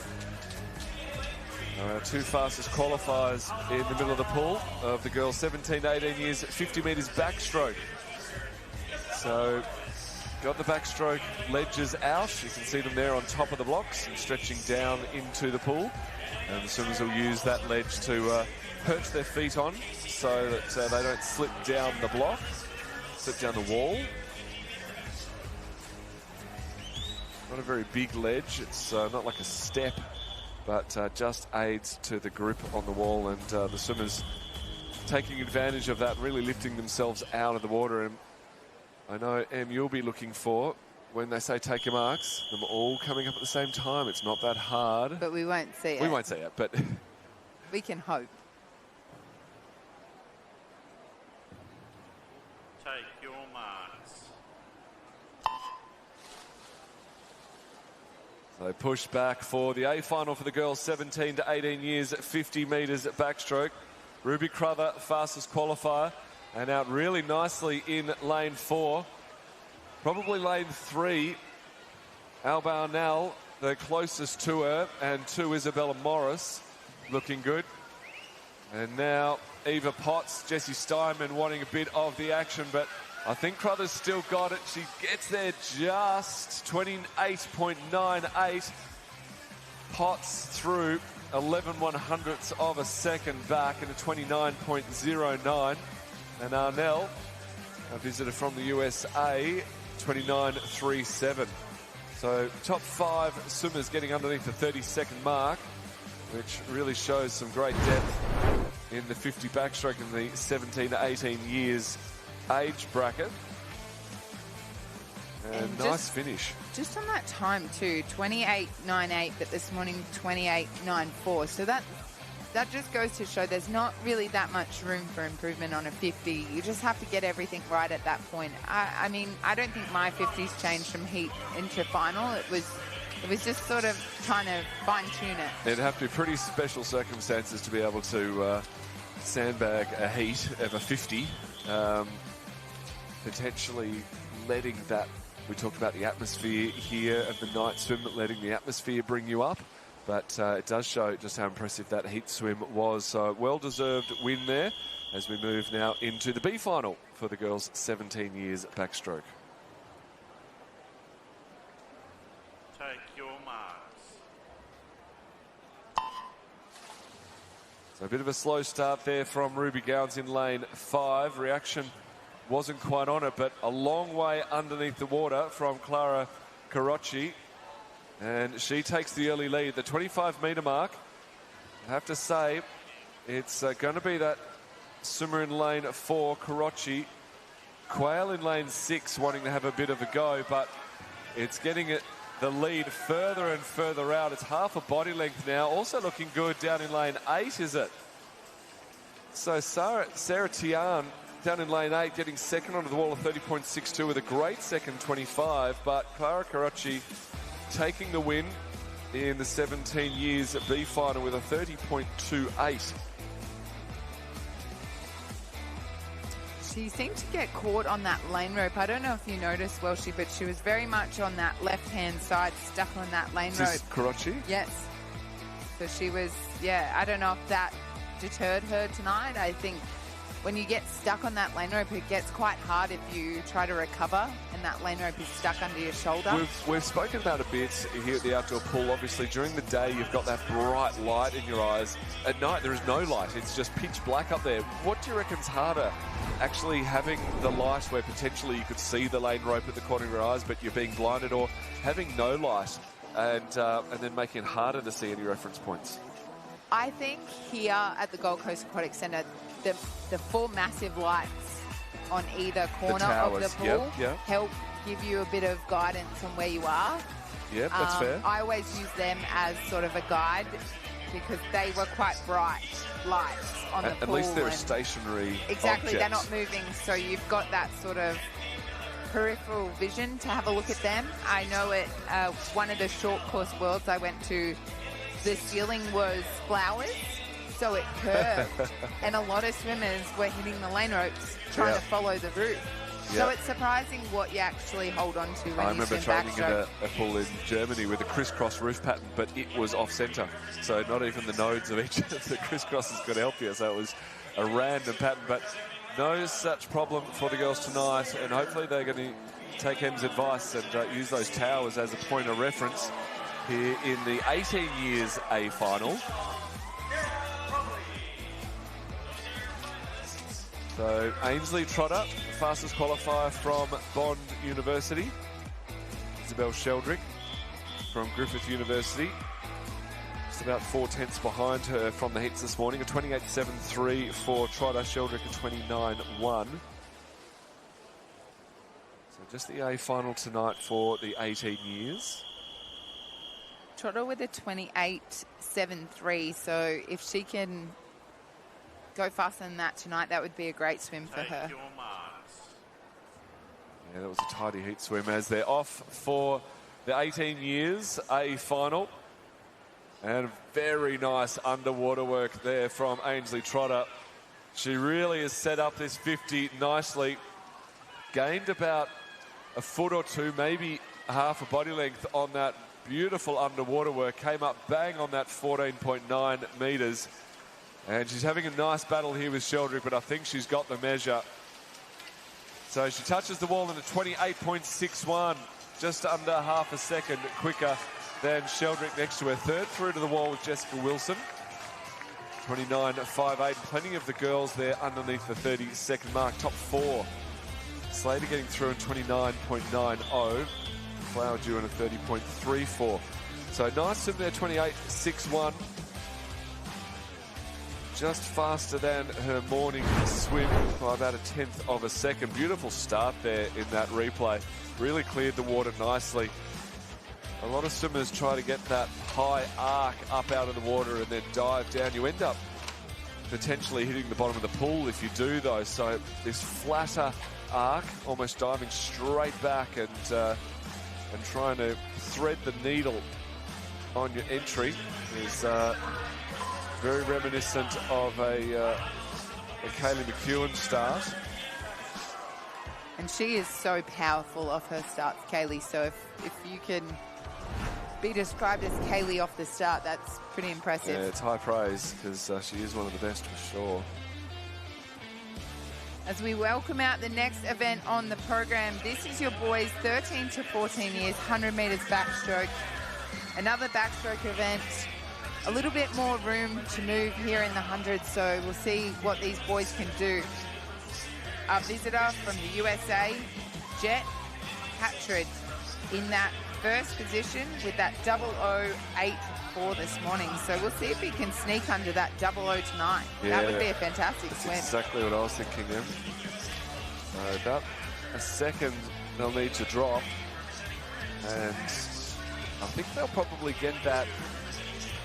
I was going to say in the first 50, but probably in that second 25 of the first 50.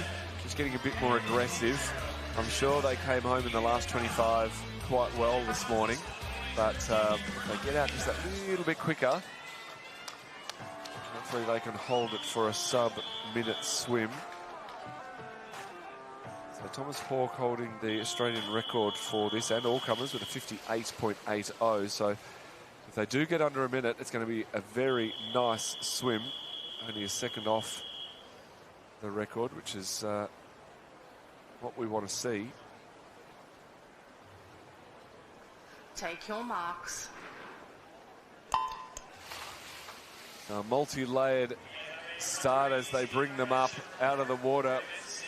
We always have a little bit of a shake of the head when they come up and delay the start like that, but a really nice start out in lane 1. Ethan Carr has blitzed them in the first 25. 4 and 5, Hatchard and Blair having a nice wrestle in the middle of the pool. I don't think they know he's out there, but he's doing a great job out of lane number 0. He will turn through in that third position, but Hatchard and Blair in that first position, 29.58. Literally cannot separate them on the touchpad. A dead heat in the middle, but Hatchard with the better underwater. Ethan Card out in lane 0 is still in the mix. Hatchard is going to be tough to beat from here, though. Almost a little bit of a catch-up in his stroke as he comes down to 5 metres to go. He touches a 59.88, so great swim there to get underneath the minute. Second through was Blair. Borg snuck up into third. Carr out in lane 0, held on for fourth, so very brave swim and gets the reward for that. Summertime this morning, a 104, and coming out 2 seconds quicker tonight, which is great work. Yeah, what a swim out of lane number 0 to almost turn through in front there on that first 50. So wasn't scared of hurting himself at all, which I love. I love the confidence to go out there and just go, you know what, I'm going to take it out really, really strong. And it's a learning experience, isn't it? Sometimes you just need that swim to get out and go, you know what, it did hurt, but I'm okay. But I did it and it was fine. Yeah, it's okay. And, you know, what he considered was a 10 out of 10 pain before is now a sort of a 7 or an 8 in comparison. He knows he's got more in him, and maybe next time he swims, learns that little bit more. And that's what these age championships are about as we move to the 13 years B final. It would be their first time at an age nationals, probably first time maybe racing outside for finals, first time with a bigger crowd, with the TV. So it all adds that layer of nervous energy, and he's done a great job.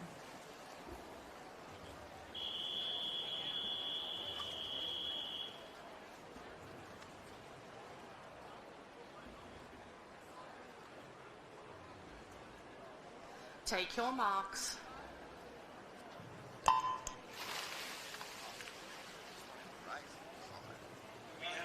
So as you mentioned, Em, the backstroke rolls on here. It's been great to hear the coverage between yourself and Matt. Such experienced competitors in this domain. Swimming from lane 4, it's a great start here from William Kerr. What did you like of that first 15? I think for me, William Kerr sort of waited a bit before he pulled up. So he was probably the last one to pull up, but he really extended on that 15 metres, which was great to see. Turning through in that 30.78, he ever so slightly is just holding the lead in front of Chan right next to him, who's giving him a fight to the finish here. As we come down to the final 25 metres, Kerr's trying to hold on, but Chan's trying to fight back at him. This is it's been an interesting race here by Kerr, but he's certainly lifted to the challenges when they have arisen. He's going to come down and take a very strong win in the B final. 1:03.91 the time. And again, it's just so great to see these youngsters in the B final stepping up to the plate. Another swim faster than the time it took this morning, 1:03.91. And if they can learn how to swim this fast in the morning heats, they will be swimming in the A final in years to come. Yeah, quite strong on that second 50 for Kerr, 33.13. So the second fastest coming back on that last 52. So great for him to take it out hard, but also be able to hold on. I think that's really important, being able to hold on that second 50. Yeah, he had a great stroke rate on that second 50 that really spurred him on. He went a little bit deep off the turn there, but made up for it with that top-end speed. I'm sure if he can continue that through another 100 metres, which is, of course, easier said than done. Absolutely. You think that, and then you get to it, and it's harder than what you think. I think with the 200, pacing comes more into play, and you really got to work out where you're going to try and make your moves, I think, too. The action continues, though, with the backstroke as we have another race here. The 14 years A final ready to race. Hanteng Wang just taking gold in the 200 freestyle. A 1:53 in that. He's back in action once again, ready to race. Sorry. Yes, in lane 7, in fact. Yeah, out of lane 7. I believe that was the same lane he was in earlier too. He was in one of those outside lanes and really came home so strong. So keep an eye out for him, because you never know what can happen in these. I mean, it's 100 backstroke. He could really go out really strong. He was in lane 8 before and won it. So lane 7 is that little bit closer. So he might be able to see those boys around him too. And you can always, I always looked at the TV screen. So that always helped me know where I was and where I was in my pacing. Love the honesty.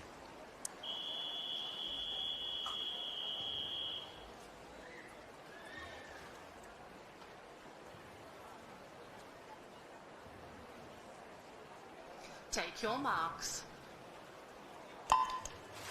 So another chance at a national title, and potentially for Wang, the second one of this evening, using though the full 15 meters. Archie Smythe out of lane 4 for St Andrews. They have been prolific on night 1 here, and you can see that fast start can really capitalize for an early victory. Yeah, Smythe doing a great job of this first 50. We know this 100, there's no really room to move. So 28.99, Tay in that second turn position, 29.12. And Tay being able to hold on that underwater and stay underwater, that was great, but I don't know if it gave him too much more on the field. So Smythe doing a great job from 4. Yeah, he's really driving those legs, which is also important in the final stages of this 100. He would be absolutely screaming, but St Andrews about to rejoice here as they go to claim another title this evening, 59-70, or 7-0 in fact. What a swim there for Archie Smythe. St Andrews rejoice. He's up and about as he deserves to be, breaking that minute barrier for the very first time. Second goes the way of Tay, as you called. Gardner in third out of lane 3, but that was a really impressive performance. As we watch back on the replay, you can see Smythe really using those legs late.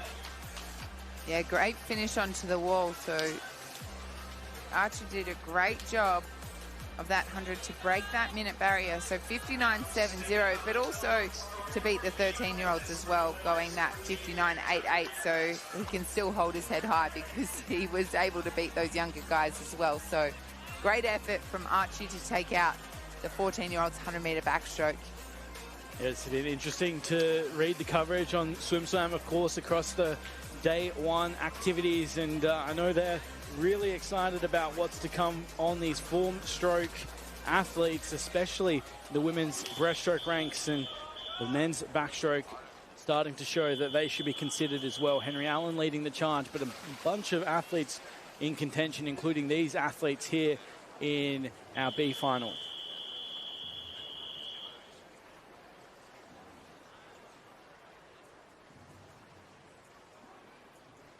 Take your marks. So the B final of the boys, 14 years, 100-meter backstroke underwater, and what a start it was out in lane 1. Swimming strongly, Blake Allen really using that full 15 meters for Emmanuel. 103.23 the time through this morning, and as we come down with 15 meters to the turn, there's not much splitting the top athletes. Looking good out there is one, Blake Allen. Zoo in that lane number 4, 29.86 off that turn. So a great job from him to be able to hold on to that lead. Not in that second position, Archie not right next to him. So the battle between those lanes, they come down to 25 meters to go. It's 4 and 5 holding on for those first 2 spots on the wall. Nunawading looking to hold off the fast finishing Villamy, and it will go that way. Chris Zhu touches the wall there. Oh, dead heat, 102.66. This goes to show you can't give up to that final stroke. Villamy managing to nail that touch. So, as you called it, nothing splitting those middle lanes all the way through.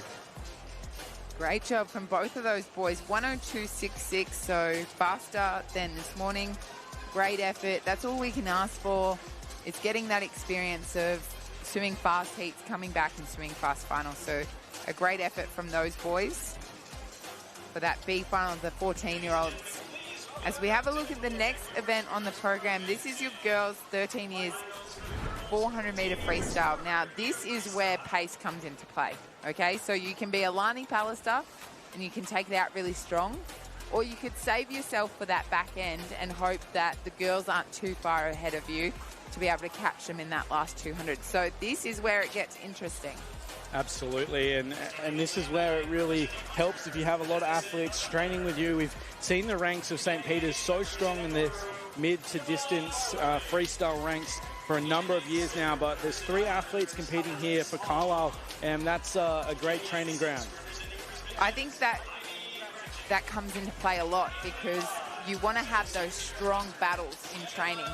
A lot of the times the girls erase the boys and vice versa, and I think for the girls to have those same girls in that same competition and that same event as you, then it just adds that bit of pressure to training as well. So when you come to racing, it's not so daunting because 2 of those girls you see all the time. Yeah, absolutely. It almost feels like you're at somewhat of a club meet with lots of lights and a lot of people in the crowd. That's it. It just helps take away that big edge of what age nationals can be. So it might be an advantage for these 3 girls. We'll see how they stack up. This, of course, is the girls 13 years 400-meter freestyle final.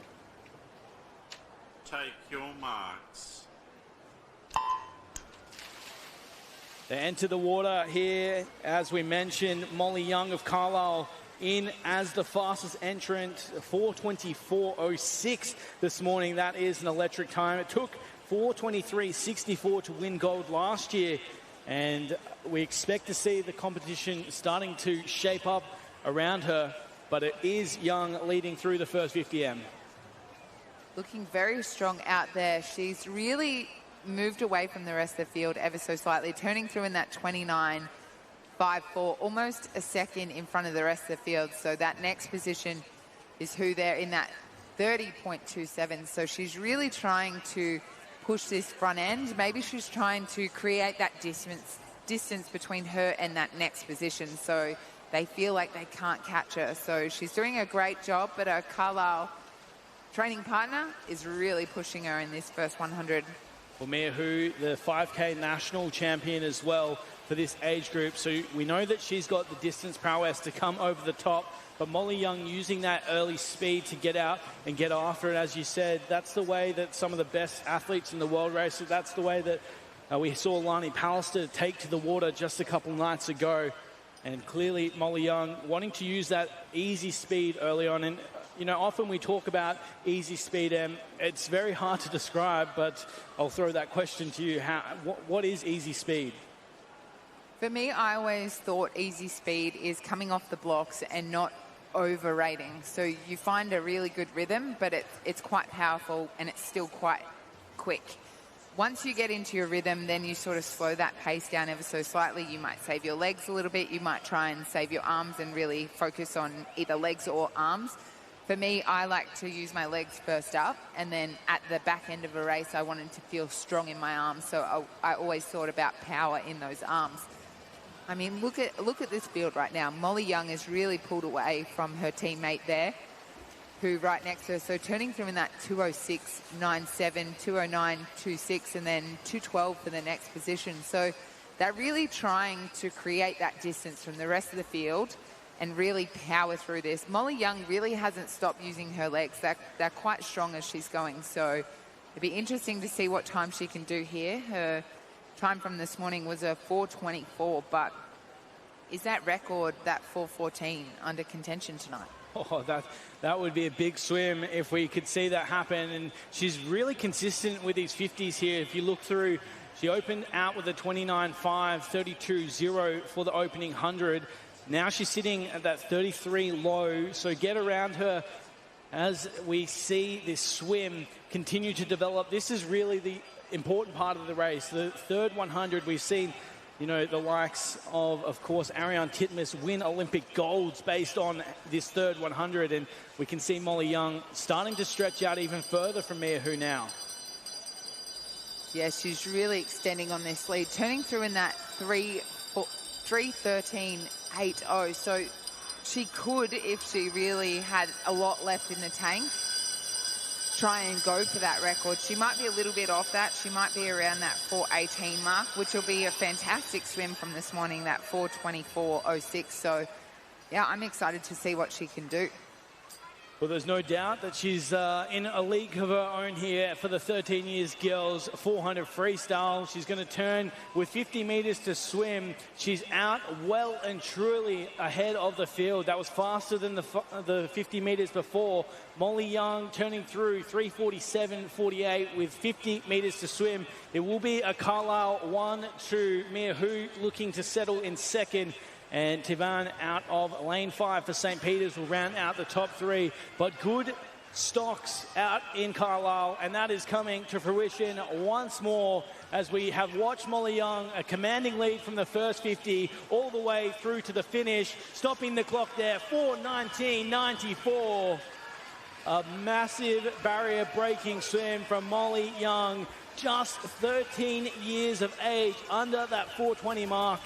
Mia Hu gets in second there for a 1-2 Carlisle. St. Peter's rounds out the top 3 for Tavan. But what a swim and by Molly Young, 4:19.94. A great job for her. She really took it out hard, which I like to see. She really just kept extending from 100 to 100, just kept getting better and better. So a great swim from her and a great time, 4:19.94. So really was able to improve a lot from this morning to tonight, which is quite hard when you have 2 400s in one day. It's 800 meters of racing. Yeah, high level of racing as well. As you saw this morning, she didn't leave anything behind, 4:24.06. So she cleared out the field this morning. She did much more of the same this evening, and commanding swim for Molly Young on night 1. We expect to see her race once again the 200 and the 800. We're confirming here now the results. Molly Young on top for Carlisle. Her teammate in second for Mia Hu. Sienna Tivan rounding out the top 3 with a 4:31.71. 10 events swum here on night 1. This is the 2026 Australian Age Championships. Plenty still to come. Don't go anywhere. Thank you, of course, for joining us. 9 now, the wide world of sports.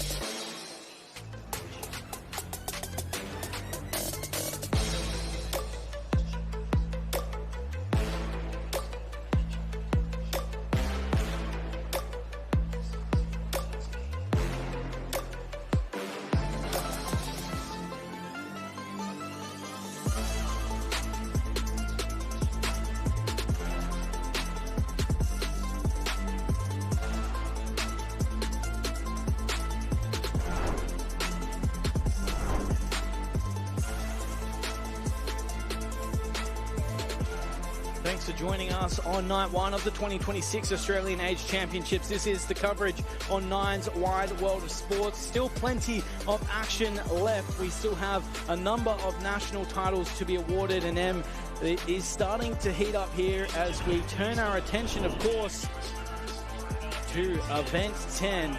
This is the girls' 14 years 400-meter freestyle. Yeah, we've had some really exceptional swims already. Another one on cards right now. Sim our visitor, 4:25.48 this morning. So let's see what our visitor can do tonight, and can she push those Aussies to a really big time tonight as well. We saw in that last 400, we saw the girls really take it out hard. Molly Young really was able to lead every single lap of that 400. Can someone do that again in this 400? It would be really impressive to see, but I hope Meshna in lane 5 or Jameson can go with Sim in that first 100 metres. Don't let her get away, girls. That's it. Sit on the hip, ride the wave, and who knows what's at the end of the line. Of course, a gold medal on the line, and if that is Sim taking the win, there's still a national title to be awarded. Absolutely. So, yeah, like you said, sit on that hip. This is probably one of the best venues that you can actually ride a wave of someone right next to you. So if they're on the lane rope, you're on the lane rope, ride that wave and get that bit of a boost. And then at the end, just go over the top of them. Hopefully it's an Aussie that's taking this one out. That's, again, some great advice for someone who knows how to win in this pool. So here we have it, the 14 years girls 400-meter freestyle final. Take your marks. Jamison in 3 for Carlisle, up against it here. Sim and Mesha in 4 and 5. And across the field, there's a host of talent looking to claim that national title.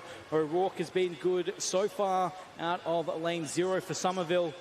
Swimming strongly now is Mia Weston in lane 1 as well. Looking to be up there with the lead, but starting to show that dominance is lane 5, Abby Mesha, who you called on. MLC Aquatic, can she come home with that gold medal? Well, she's certainly putting herself on the line here, turning through in that 30.02, so fantastic to see. Doolan out in lane 8, also holding on for that second position, so these girls are really going out after it, not afraid of hurting themselves, so fantastic to see, and let's see if they can hold on to that pace as they keep continuing through this 400. Also, Weston out in 1. Still holding on there as they come through for that 100-meter turn. Let's see who can turn in front. Weston maybe ever so slightly. Meshna out in that first position, that 103.62, just in front of Weston, that 103.73. And we've talked about that 100-meter breaststroke, how much it can hurt if you get it wrong, but equally so, the 400 freestyle is one of those events that if you don't get your tactics exactly right, you really have to be brave, and we've seen that from the likes of Sam Short over a number of years now.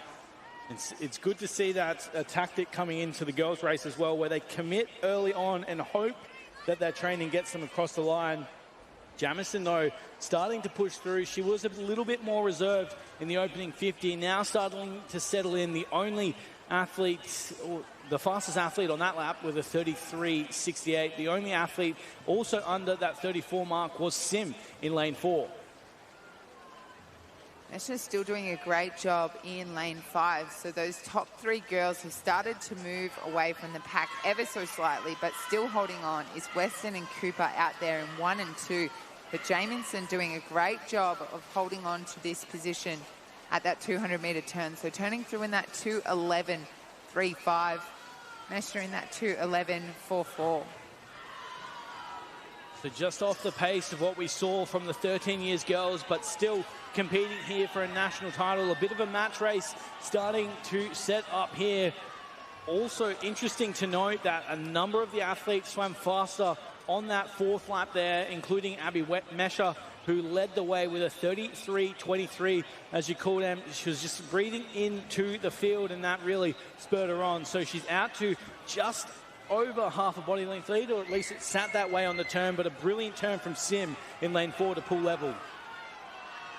Sim turned through at the 100 at 7th, so to see her in that position, she's sitting around that 2nd, 3rd right now, so she's really working the back end of this race, whereas Meshna has taken out hard from that first 100, so it's interesting to see the different race plans come out to play right now, but a great battle with those top 3 girls, so Meshna, Sim and Jamieson holding on for those first 3 positions as we come to that last 100 now. This is whatever you got left in the tank. Meshna bringing in the legs now. Yeah, she looks fantastic when she breezes across the field, but Sim, unbelievable through those turns. So 25 meters to the final turn, and how do they set this one up? This is just bringing in everything that you've got at the end. I feel like you're hurting, but you know you're almost done. So it gives you that bit of a spurt, that bit of energy towards that last 50. So turning through, Mesha doing a great job in 5, Sim in 2, and Jamieson in that 3rd position, but it's close with those top 2 girls now. Absolutely, but as we say that, it is getting really spicy at the front. Mesha, though, 32.91 on that second last lap. Sim really lifting here with 15 meters to go. Can she come over the top? of MLC Aquatic. It's Singapore and Victoria head-to-head under the flags and onto the wall. Can it be? It is Mesha on top, 4:23.64, 0.01 separates the top two. You called it as good as a battle gets. Sim home with a 31.96, but it's not enough to come over the top. Australia gets gold through Abby Mesha of MLC Aquatic. What a 400 freestyle. Wow, that was a great race to watch. 4:23.64 for Mesha, and Sim with that 4:23.65. It doesn't get any closer than that. Like I said, Sim really held back on that first 200. So that first 100 she turned through 7th, that second 200 she turned through 3rd, and she was almost able to take that one out. But what a swim that was. Yeah, as you said, perfect pacing there to turn through, and then each 50 get faster from the 150 meter mark. I mean, as a coach, you can't really ask for more, but clearly Abby Mesha has got that dog in her, coming down to race with that Aussie spirit, and walks away with the gold medal, very deservedly so. We have a look at that next event on the program. This is your 15-year boys 50 meter backstroke. I feel like we've got to be on record watch, don't we? Absolutely. I mean, it was very close this morning, and you know it better than anyone. This 50, if you can nail it in the heats, you just got to go tweak a couple of things, and we could see that record drop.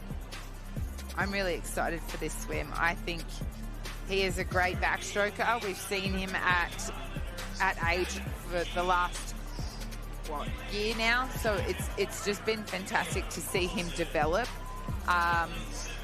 He already holds a couple of records in the program that I've seen, so it'd be fantastic to see him get this one.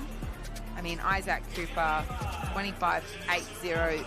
The morning swim, 25.89. There's really nothing in it. Yeah. It's just, it would be a touch on the wall. A fingernail longer. That's it. I wonder. That's all we're talking about. Yeah, I do wonder if Isaac's watching, because I know he would, unlike Aaron Pearsall, probably know that he has this record in the bank, but equally so.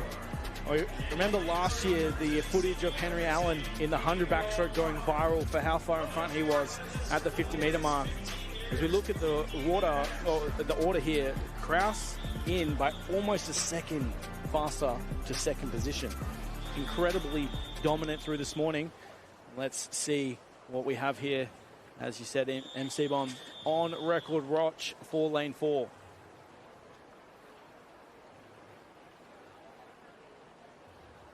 Take your marks. So 50 metres of backstroke ahead. The record sitting currently 25.80. A very fast heat swim this morning from lane 4 through Bryce Kraus of Fairholme. He's starting to pull away slightly, just in a little bit of a battle with the lane rope. Swimming through here, Thomas Simmons out of lane 5 as well. But Kraus now getting to work and working well under the flags. We keep an eye on the clock as he stops it there, 25.97. Just outside the time this morning, but a national title going the way of Fairholme. And Bryce Kraus delivers another sub-26 second 50 metre backstroke. A very, very promising youngster.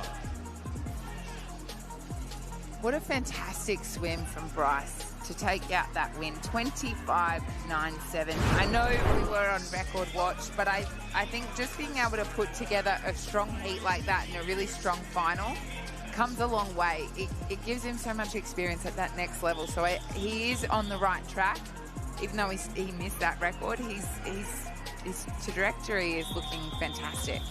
He's in the steam company and an Australian title going his way as well. So remember the name Bryce Kraus, Timothy Simmons in second there, and Thomas Simmons and Timothy Whelm in third. Our attention now with the B final. Take your marks. So the B finalists enter the water for the 15 years 50 metre backstroke.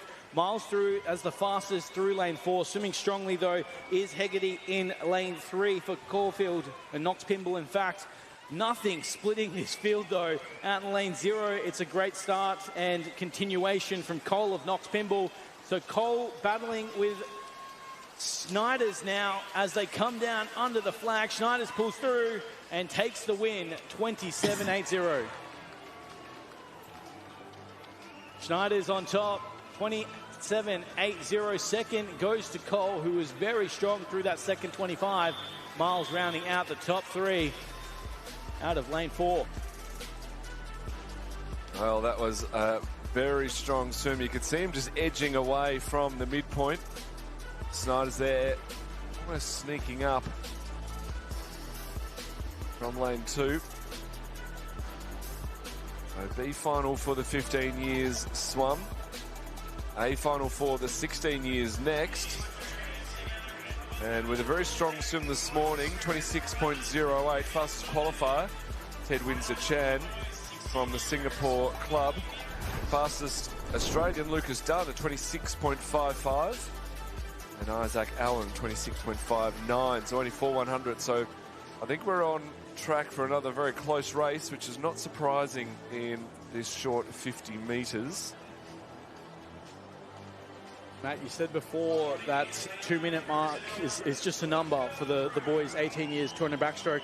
Equally so, this 26-second mark in the 50 backstroke proves another number, but it is essentially another barrier.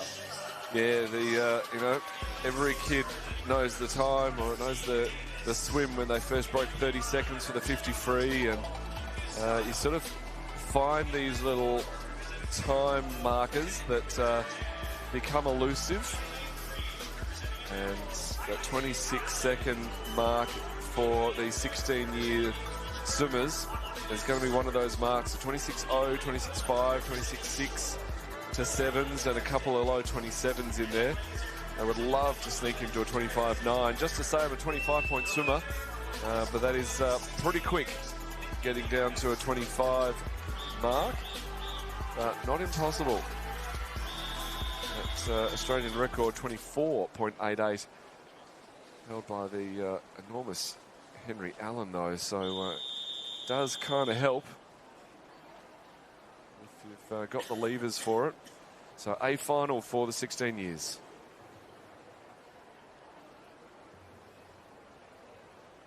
Take your marks.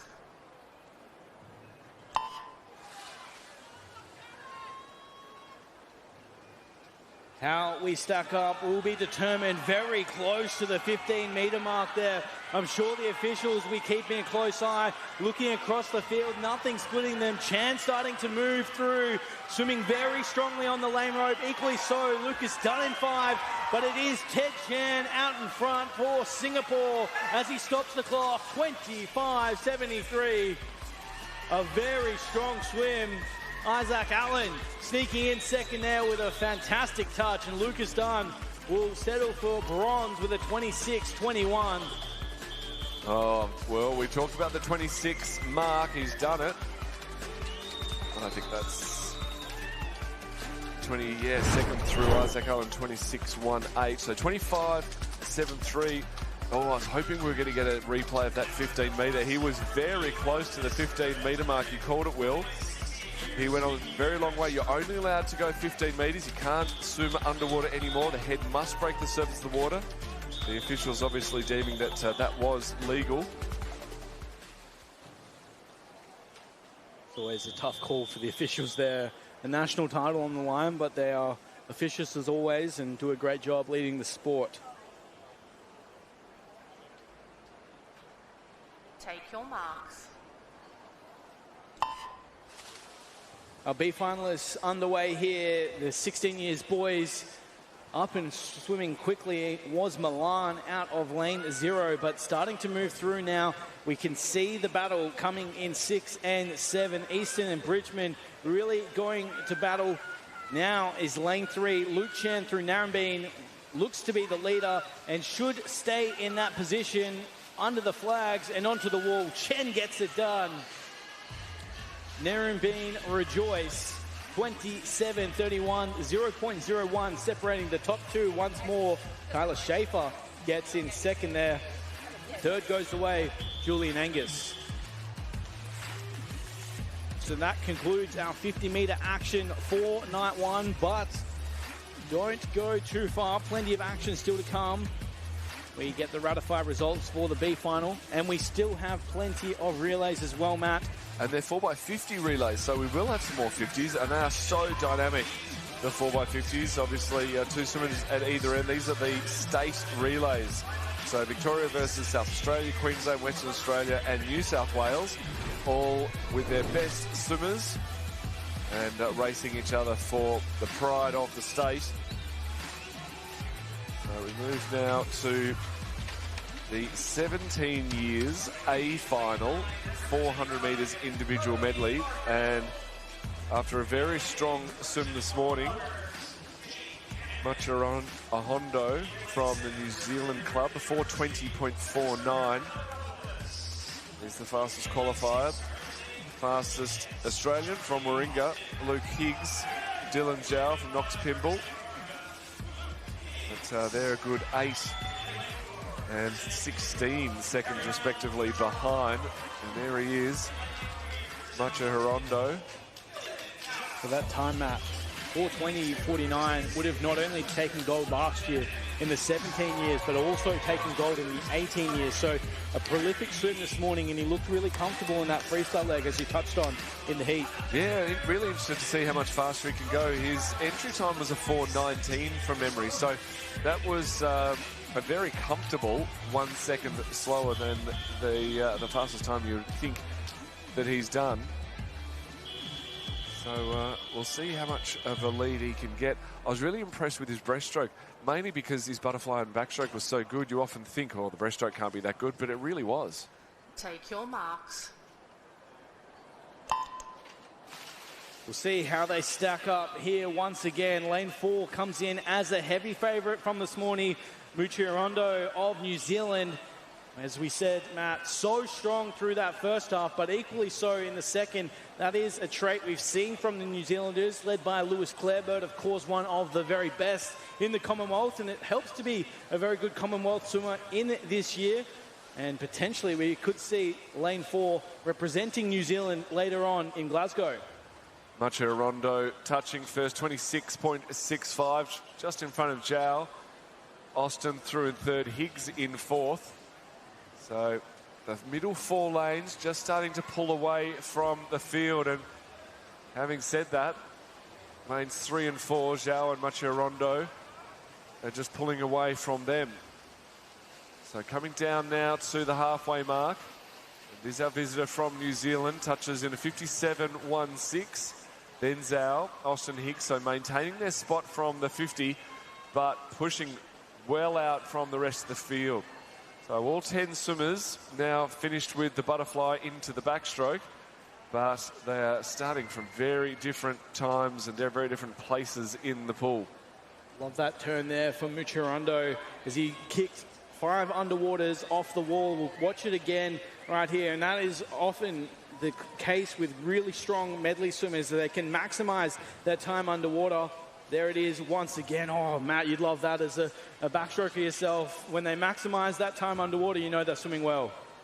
Yeah, it's something that we haven't seen, and we really didn't see until swimmers like Michael Phelps started to attack these 400 individual medleys like they were a short course race or like they were a 200. People really didn't think it was either worth doing or was even possible until he did it. Then all of a sudden everyone thought, all right, well, if you're doing it and breaking world records, we all better copy. And now we're almost expecting it in all levels of racing. So out with that beautiful lead after the backstroke. Macharondo has got about 10 metres thereabouts on the rest of the field. Zhao, Higgs and Austin having a nice battle for third. Higgs probably with the best of it at this stage, and Austin and Zhao looking to fight it out for third. But I don't think there can be any doubt Macharondo really extending that lead in the breaststroke. And we've said it before, but the advantage of finishing the breaststroke first, going from the slower stroke to the faster stroke, he's going to turn into freestyle. He's got about a 10-metre lead, you'd say, at this stage. As the others are coming up to the 15, he's coming to the 25, so maybe just under 10 metres. He's going to be turning in and doing freestyle while they're still doing the slower stroke. So that lead is going to push even further ahead. A 4-minute 20 this morning he swam. Let's see his split at the 300-metre mark. And he's got a 3:16. So if he can split roughly a 1:01 or 1:02, he's going to go well under that 4:20 and get a PB by a good couple of seconds. Well, Higgs looking great in the freestyle. That pink cap zooming down the pool. Yeah, 2:03 through the 200-metre mark usually leads to around that 4:15 mark. So potentially we are seeing a very strong swim from a 17-year-old in lane 4. As you mentioned, though, Matt, it is Higgs really lifting for the race for the national title. Muchirando showing the class, though, continuing to build the lead. It's starting to come back to him ever so slightly. 31:47 there for Muchirando on that opening freestyle 50, but he's brought the legs in, and you can see the strength of the stroke. Such long levers, which we've touched on throughout the competition on day one, and is going to come once again down to lane number 4. Muchirando stopping the clock here. 4:17.62. A very strong final 50. Luke Higgs gets in second, but the first Australian across the line coming in third position is Charlie Austin of the Brisbane Jets in a 4:27.74, but 4:17.62 to take the title. That is a classy swim, Matt. Yeah, very nice swim there. Came back under 30 seconds. Did Muchirando in lane 4. Higgs was actually the fastest back of the field. Came back in a 29.10 on that last 50. So really nice pacing and had plenty left in the tank, Higgs, but 5 seconds ahead of his nearest rival. Muchirando really took control of that race. So Higgs, Austin, Zhao, Evans round out your top 5. And some great underwater shots here at the Gold Coast Aquatic Centre, showing the skill of the turns, getting those knees up, feet high on the wall to propel yourself down for the next lap as those times are official. It's an exciting prospect, though, to see that talent come through across the Anzacs, but also Luke Higgs looms large for the rest of the meet, Matt, as that 100 freestyle to finish off was sensational. 58 point to bring him home. I'm sure he'll be prolific come the final days of this competition. But the good news for Medley lovers, of course, we welcome out our next final, the 18 years, and a potential debut title for Kel Eiley out of lane 4 for St. Peter's Western. 4:34.53 his time through this morning.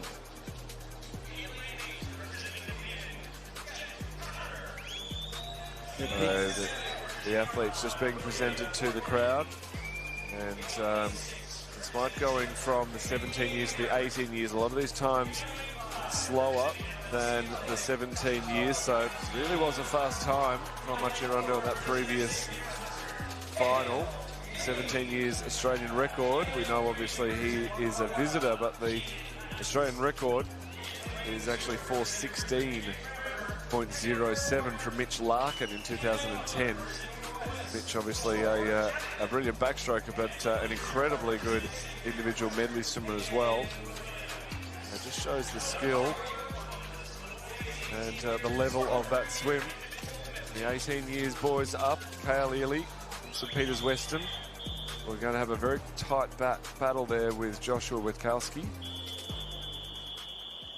So I think we're going to find a much closer race in this 18 years A final. Take your marks.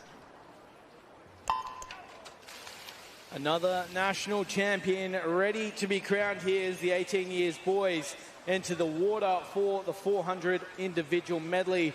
It's anyone's race through the start of the field, but as we mentioned before, Kel Eiley looms large, and he's coming here through the 25-metre mark, really starting to look comfortable. In this butterfly section, Matt, it's really important to make sure you just drag those hips through. You don't want to go to the legs too early and get through this first 100 as efficiently as possible. Yeah, it seems a bit cruel having the butterfly at first, but it would be cruel if it was last. While they're nice and fresh, trying to get that nice distance per stroke, sit your body high in the water, Try and put a little stress through your arms, through your legs, through your body, breathing every stroke. Get lots of oxygen into your system to prepare yourself for the next 300 metres. So they're coming down the touch now. Kale Ely touched first at the 50. He does again at the 100 in a 1:00.23. Second through was Hambrecht in a 1:01.27. Jet Cotter, we saw him being presented to the crowd earlier, 1:01.94. So early days in this 400 individual medley, but Ely, I thought we were going to be in with a close race. Ely really separating himself from the rest of the field in this backstroke. Not halfway through yet, so still plenty of racing to go. And we expect Witkowski and Hambrecht to come back at him a bit in the breaststroke. But they've got to get through this backstroke at the moment. Witkowski with a very long, slow stroke. He's really pushing that efficiency and managing his energy. So this second 100, he should have plenty in the tank to do so. But isn't enough to catch Ely, because Ely's pushed out to almost 10 metres in front. He touches in a 2:05.91. Let's have a look at the split between the two. So 7 seconds there. Ely Witkowski's third through Hambrecht. You know, they say, Matt, death taxes and St. Peter's rocking up at Age Nationals in good form, and that's what we're seeing come to fruition once more through Kale Ely. He's extending his lead here in this first 50 of the breaststroke. Entered through and almost juked us this morning, 4:34. He is absolutely obliterating that time. We expect him to be around that 4:20 mid mark with a 36:83 opening 50 breaststroke there. This is a fantastic swim we're swimming from lane 4. Yeah, if anything, he's extending his lead. His breaststroke's very strong. So getting that really nice glide. He looks fantastic. So only one more discipline to go, the freestyle at the end, 2 laps. So we'll see what his split is at the 300 metre mark, rather, with 100 metres to go. And we can make some fair assumptions on his final time from there. So he touches the wall in a 3:20 on the dot, so we do expect a time somewhere around that 4:20 to 4:21, depending on his splits here. He just needs to hold a couple of 30 points to stay in the hunt of a 4:20 swim. Second through Witkowski. Kian Knight with a very dominant breaststroke, swimming roughly a 1:15 for the breaststroke leg, has brought himself up into third. And he's got a nice lead of a couple of seconds in front of Jet Cotter. Fifth was Edward Barton, second or so back, but with a very strong freestyle leg, turned into 31, so we are looking for around that 4:20. Probably 4:21, maybe just getting under 4:22. He comes down with 5 metres to go. Here's a 4:22.06 for Kale Ely. He really put it in. You can see him there sucking the oxygen in at the end of this fantastic 400 IM. Witkowski in for second. Holds out Knight for third. Cotter and Williams with 3/100ths of a second separating fourth and fifth. Well, you have to say, Matt, the deep breaths after that race, well deserved. A national title going his way, and an incredible swim, dropping 12 seconds from this morning's swim into the final. We watch back, there was really no competing for that title. It was dominant all the way from the first 100. Beautiful breaststroke there, as well as you look at those splits, 36.8 and a 37.4. That is how you swim a very strong 400 IM, and that's why he is standing atop of the dais. Yeah, fantastic 400 individual medley. It's a race that always gives you some fantastic moments. People getting out hard, being caught in the breaststroke, or coming through the field in their favoured stroke. But sometimes just getting out and demolishing your heat swim is an event enough. And that's what we had as we welcome the girls, the 15 and 16-year-old 800-metre freestyle A final. So this is the time final. We had one of the heats this morning, so the second time final this morning. And the fastest tonight as we welcome back to the booth Emily Seebohm. And we look at the times. We'll look at the times done this morning. We'll compare them with the times that they'll do tonight, and that will dictate our final order. So potentially, if anyone swam fast enough this morning, they could place today, and it does happen. So Rose Purcell this morning, the 15 years, it's the fastest 15-year-old with a 9:04.13. And Clem Saunders was the fastest 16-year-old with a 9:11.04. So Rose Purcell's 9:04.13 was a very strong swim this morning. And we've got a bit of a mix of 16-year-olds and 15-year-olds. The fastest qualifier is the 15-year-old Ava Hogan in the middle of the pool.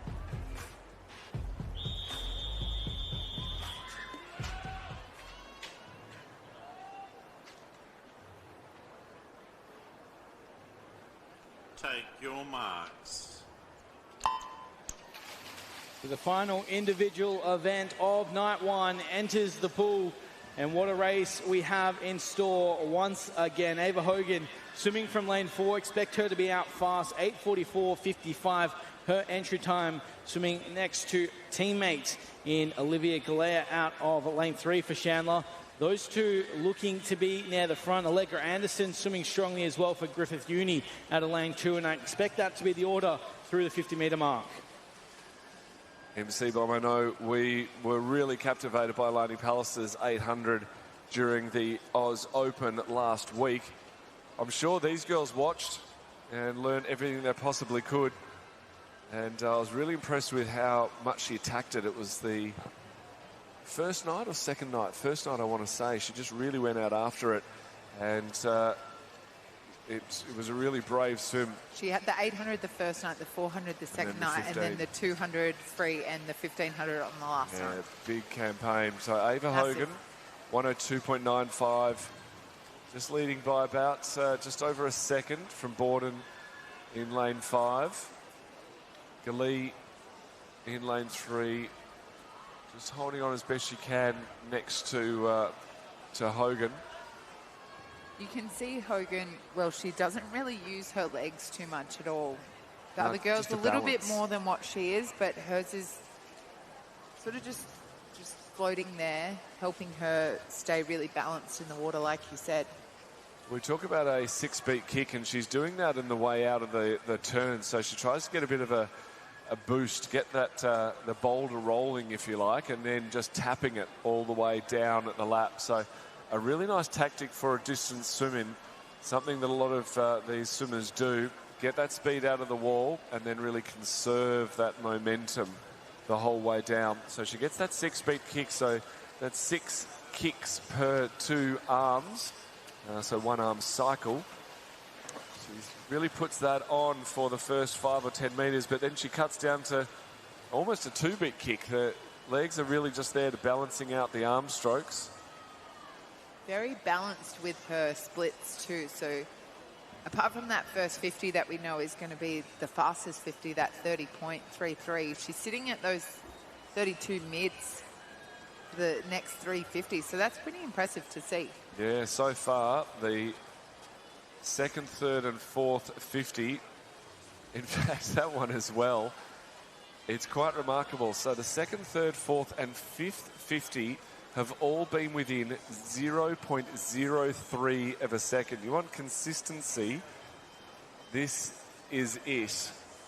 30.3 on the first 50 with the dive, obviously, and then 32.62, 5.9, 6.2, 6.1.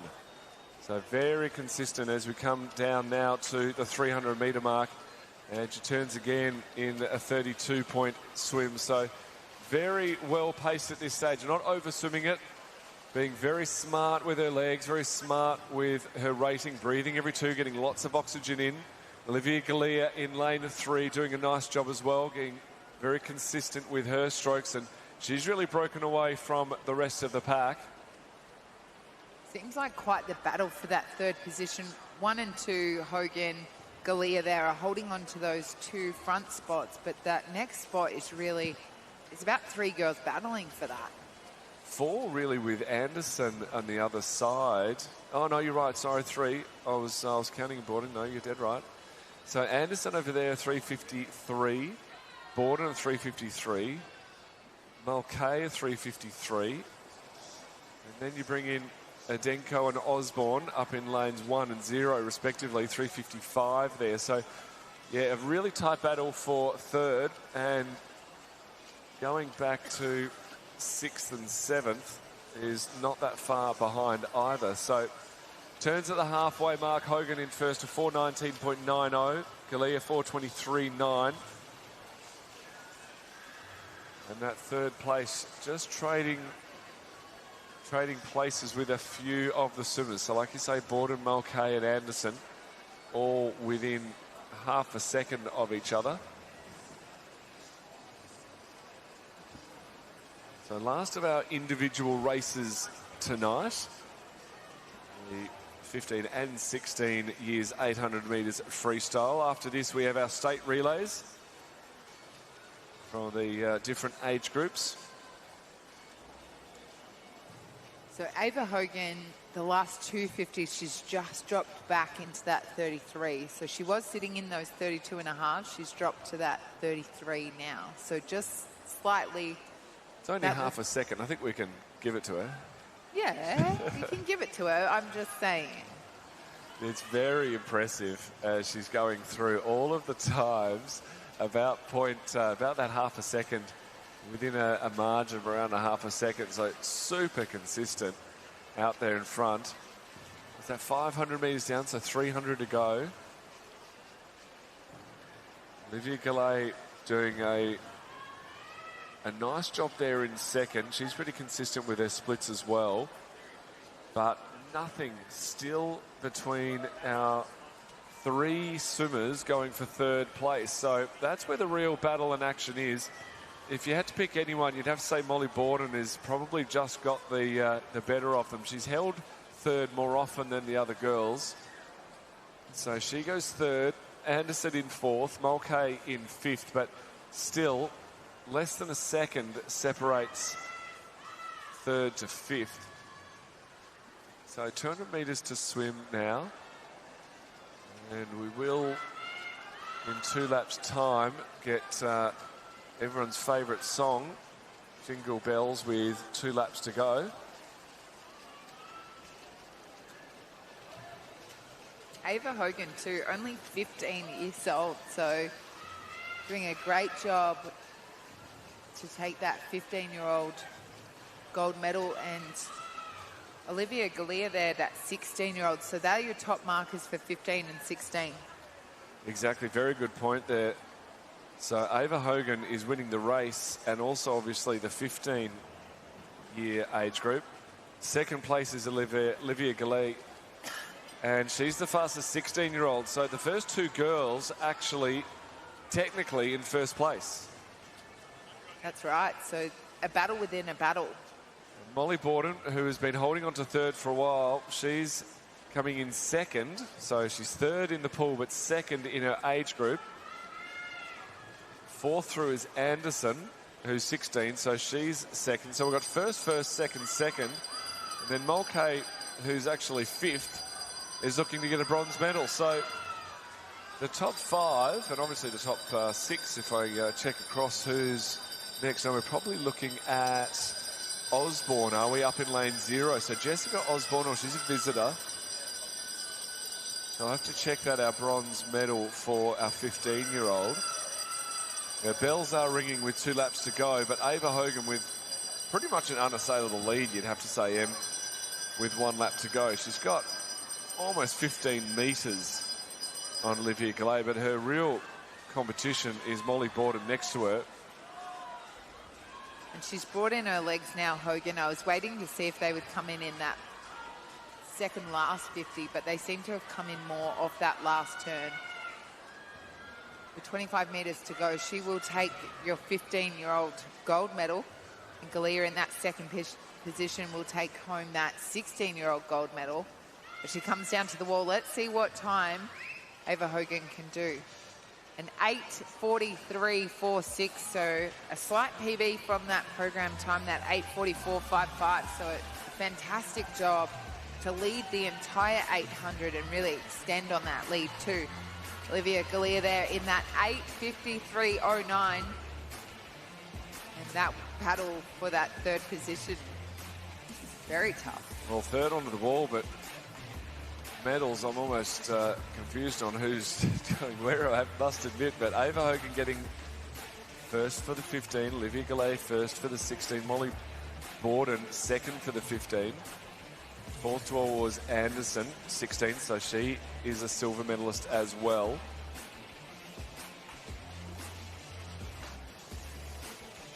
Then go back to sixth in Jessica Osborne, who's 15 but a visitor. So 15-year-old swimmer from this morning will get the bronze medal with a 9:04.13. Even with those two visitors in, she was faster than both of them. So she will get the bronze from this morning's swim. Perfect. Very nicely picked up there, Em. That was Rose Purcell, wasn't it? Rose Purcell, 15 Rose years. Purcell, yes. So we did mention at the time, you can get a medal for the morning. It's exactly what's happened. So that is the final individual race for the first night of action here in the Australian Age Swimming Championships. Now we introduce some state relays. So very often these relays are club-based. You're swimming with your teammates. This time it is state-based. So the best swimmers nominate themselves based on the times that they've produced throughout the year. The state will select their fastest swimmers. This is the girls 17 to 18 years 4x50 freestyle relay. We have Victoria in lane 2. South Australia in lane 4th. Lane 3, Tasmania is missing. Queensland in 5, Western Australia in 6, and New South Wales in 7. So 4x50 is a real splash and dash for the state 4x50 swimmers as they come down to the wall. It looks like Victoria doing well out in lane 2, Queensland in 5, New South Wales in 7. New South Wales probably just with the best of it. They do touch first. So Helly Childs with a 25.86. Touches first, 26.14 for Jarrett from Queensland. Victoria in for third. A real battle between Victoria, Queensland and New South Wales. So Queensland now with a bit of a lead, or New South Wales rather, a bit of a lead over Queensland and Victoria. It looks like the medals may be divvied out amongst those three, but Western Australia wants to be in the mix and they're doing everything they can to try and catch Queensland and Victoria. Coming down to one swimmer to go. New South Wales with a very strong third 50 to give them a good body length or so lead in front of Queensland. Victoria holding on for third. Western Australia in fourth. South Australia bringing in fifth. But with Asher Ring, M, I think New South Wales might have this one down. It looks like they will have this one in that 1:41.42. Queensland in that 1:43.46. And Victoria 1:46.40. So a great job from those state relays. Always a bit of fun finishing off with those relays. It is, and it's a real pride making the state relay team. You've got to be obviously in the top 4, and out of that 17 to 18 years, it's a huge amount of pride. Medals are presented for these events, so it's a really good chance to get a medal based on the fact that there are only a certain amount of states in Australia. We're not going to fill all 10 lanes, are we? So Asher Ring there getting a name down for the New South Wales team, being our final swimmer. As we see the boys for the next state relay coming out. We do have 6 teams in this. Victoria will consistently be in lane 2, so once you get your bearings for one race, you can follow that through to the next. So this is the boys 13 to 14 years, 4x50, freestyle state relay. Victorian 2, Tassie in 3, South Australia 4, Queensland in 5, Western Australia 6, and New South Wales in lane 7. So they'll be at the bottom of your screen as we see the big V Victorian team being presented. It's interesting, some of the teams have chosen not to have 13-year-olds in there, maybe it's just not quicker, and some teams are just all 14-year-olds. So New South Wales and Western Australia are only 14-year-olds. The others all have 13-year-olds in there. Yeah, I guess there's it's not a 2 of one and 2 of the other. It's just this is the combined age group and who's your fastest swimmer.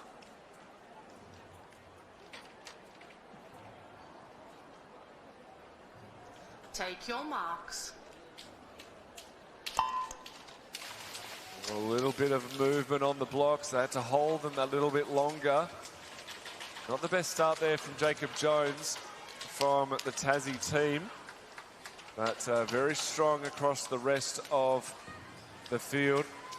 Isaac Ishmael, we've seen him swim already tonight, and he's swimming very well at the top of your screen for Victoria. He touches first in a 24.25, so very swift lead out swim from the Victorian team. They took home 3rd place in the first relay. Can they do better this time around? Harrison Ayer from New South Wales has something to say about it. He's coming right up, and there's the 2 of them come head to head. Victoria still with the lead just.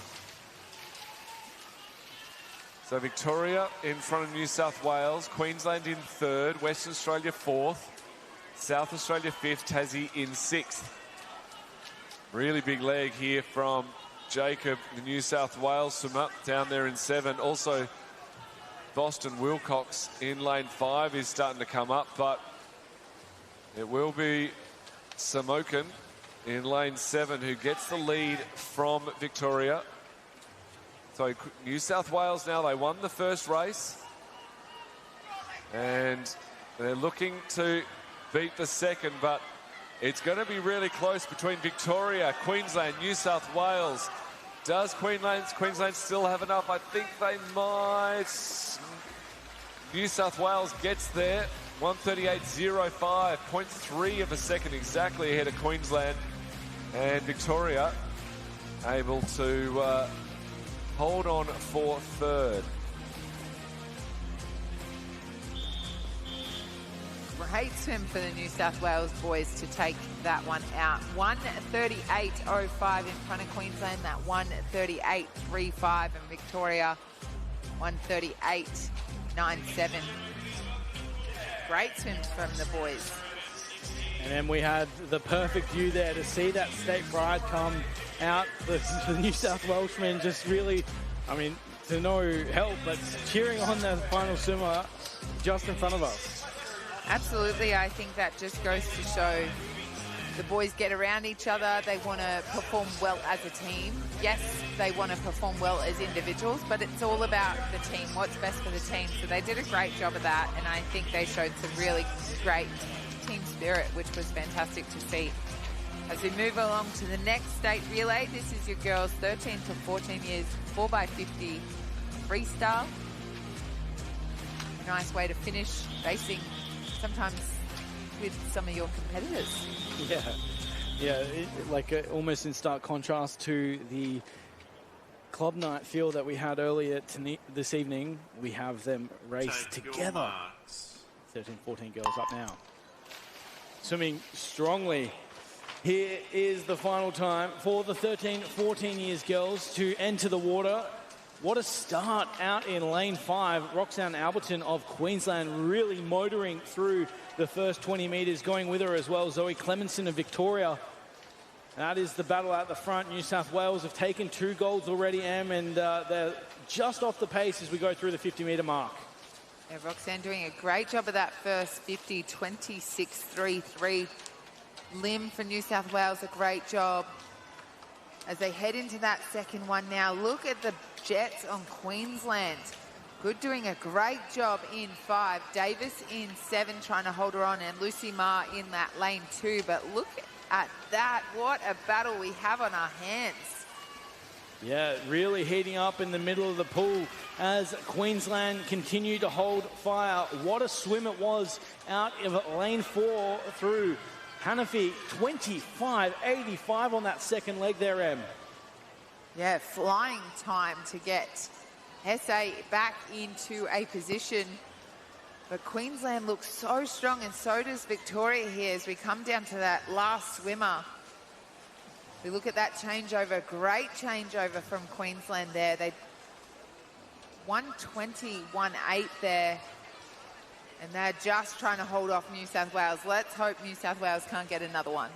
Well, they are looming large here. It was a fantastic third leg there through Bevan, but here it is now, to no surprise, the State of Origin back on the table. Queensland looking to hold the measure, but no!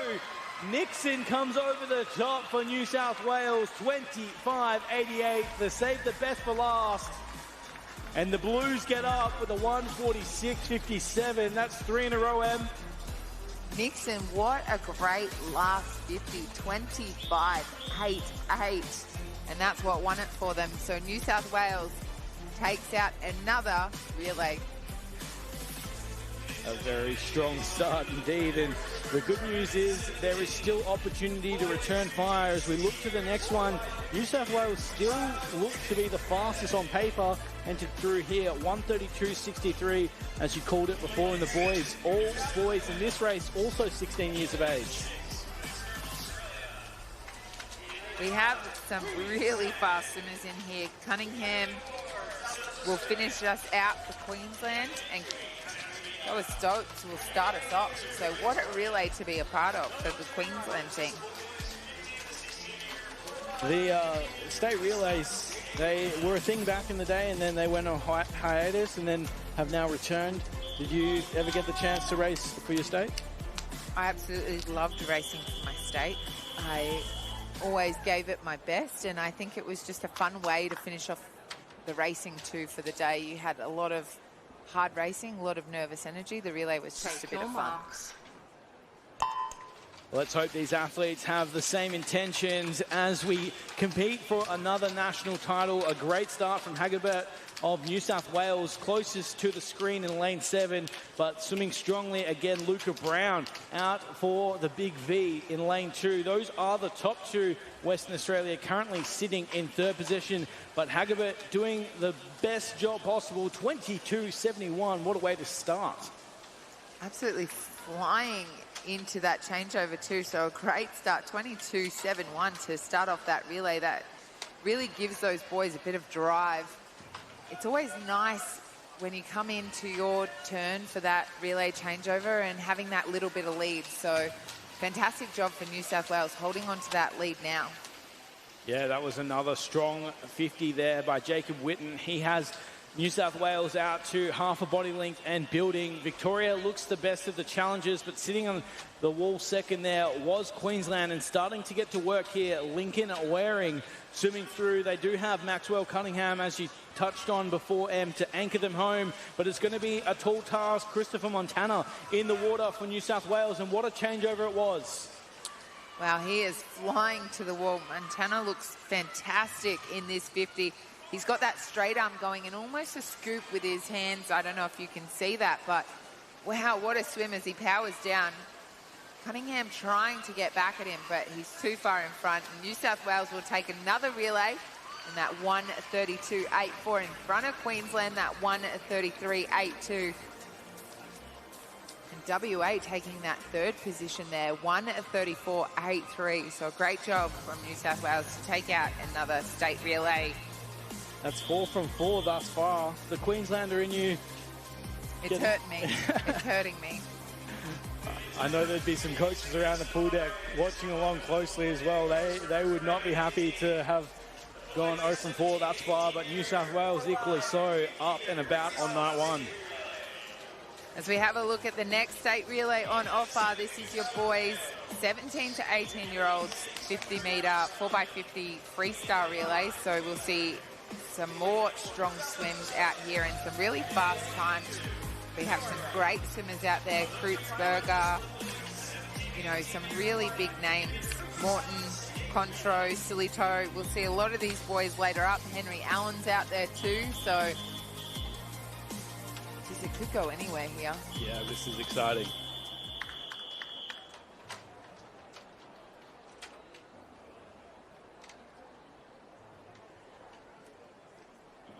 Take your marks. So here we have it, the final boys event for night one, and what a way to finish off the 4x50 freestyle relay. And for some of these athletes, the last time they'll be able to represent their state. That's it. Silito looking great for WA, but out there, Henry Allen in lane 2 for Victoria, doing a great job after a big night of racing for him as they come into that first transition. 22.66 for Allen. Silito 22.89. Not much in it at all. Royalty in the water out of lane 2 as well. Sam Welsh swimming very strongly down this second 50, representing Victoria strongly ahead of Queensland, currently sitting second. New South Wales in third. In fact, as we under the flag, Sam Welsh has done his job. 45.71, 23.05 on that split. That is an electric second 50. Great job. A great split from Queensland to 22.82. So they're doing a great job at Victoria holding on for that lead, but look at Queensland go. This is turning out to be quite the battle, and I'm hoping New South Wales doesn't win this one. We'll see how it stacks up. 50 metres to swim. A great swim by Montez there. 22.96. Hands over Queensland the lead. And here comes New South Wales. Almost on the commentator's curse. Here we have it. It's Kreutzberger anchoring them home. And he's pulled up level alongside Simpkins. The gold medal on the line. New South Wales and Queensland under the flags onto the wall. Archie Kreutzberger gets the win through a 22.46, flying through that final 50. And I apologise, Emily Stevon, but New South Wales go 5 for 5 through 5 state relay swum. At this point, can New South Wales just finish this off and get all of those state relays? Because what dominance New South Wales would show to take it home every state relay. But what a swim for Kreutzberger, 22.46. No wonder why they won. Yeah. That was a cracking changeover, and he just flew to the wall. He flew. He didn't even swim. Yeah. I swear. He must have had the New South Wales team down the far end cheering them on for that final 50. 6 from 6 would be unprecedented in these state relays, but I tell you what, I wouldn't really want to be upsetting the Queenslanders, because we do have to come back on Tuesday for the medley versions of these relays, and I'm sure those coaches would be in the ears over the coming days. Yeah, the medley relays might change things up, and hopefully we might see some other teams winning other than New South Wales. But we head into the last event on the program, and the last relay. This is your girls 15 to 16 years, 4x50 metre freestyle. This is the state relays. Can New South Wales go 6 from 6?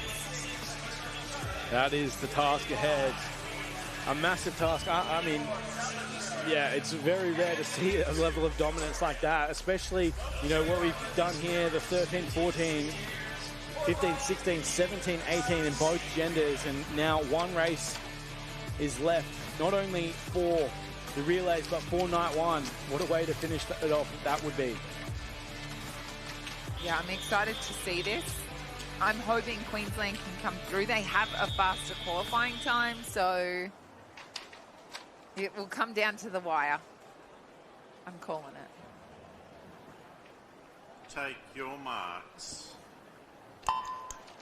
The perfect way to finish off night one's action at the 2026 Australian Age Championships here on the beautiful Gold Coast. What a night it has been. The weather truly turning it on, and these athletes have risen to the occasion. Swimming strongly off the blocks, it looks to be Eloise Sheldrick of Western Australia edging out, and Victoria swimming strong off the start as well. That will be the top two, with Queensland, New South Wales looming large on the turnover. Sheldrick leads through. A great first 50 for WA there. New South Wales, I thought, had the better start with Heidi Schumack, but Lily Young doing a great job of this one, and so is our Queensland team ever so slightly trying to come through. Zara Jeffrey from Victoria doing a great job out there, and Queensland has taken over the lead ever so slightly. Narrowly ahead now, the Maroons in lane 5, swimming incredibly well through that opening 100, 25-28 on that last 50. Victoria threatening out of lane 2. New South Wales certainly not out of contention, but how's that maroon cap in lane 5? Emily Seabohm. Morgan's doing a great job of this third 50, and it's really Queensland to win this one. Touches in that 1:17.62, so almost a second, over a second in front of New South Wales. So if there's a time for Queensland to get up, it's right now. And the athlete to finish the account is one that started the night on fire. Lila Ribo-Bridazak swimming strongly all the way onto the wall. Queensland will take the final win, and they do it in a time of 1:43.26. What a swim for the Queensland girls, taking that lap relay out and taking it away from New South Wales to go 6 from 6. Yeah, you could say just as you would have predicted. That was a very impressive swim, beating the predicted entry time, 1:43.26. Queensland on top in the final event of day one.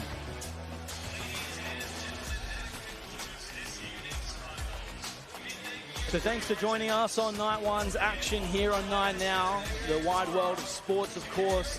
Don't forget, the heats are live tomorrow for day 2 of 8 here, the 2026 Australian Age Championships. I'm Will Rollo, joined today by Matt Welsh and Emily Seabohm. We'll see you in the morning for more fast swimming.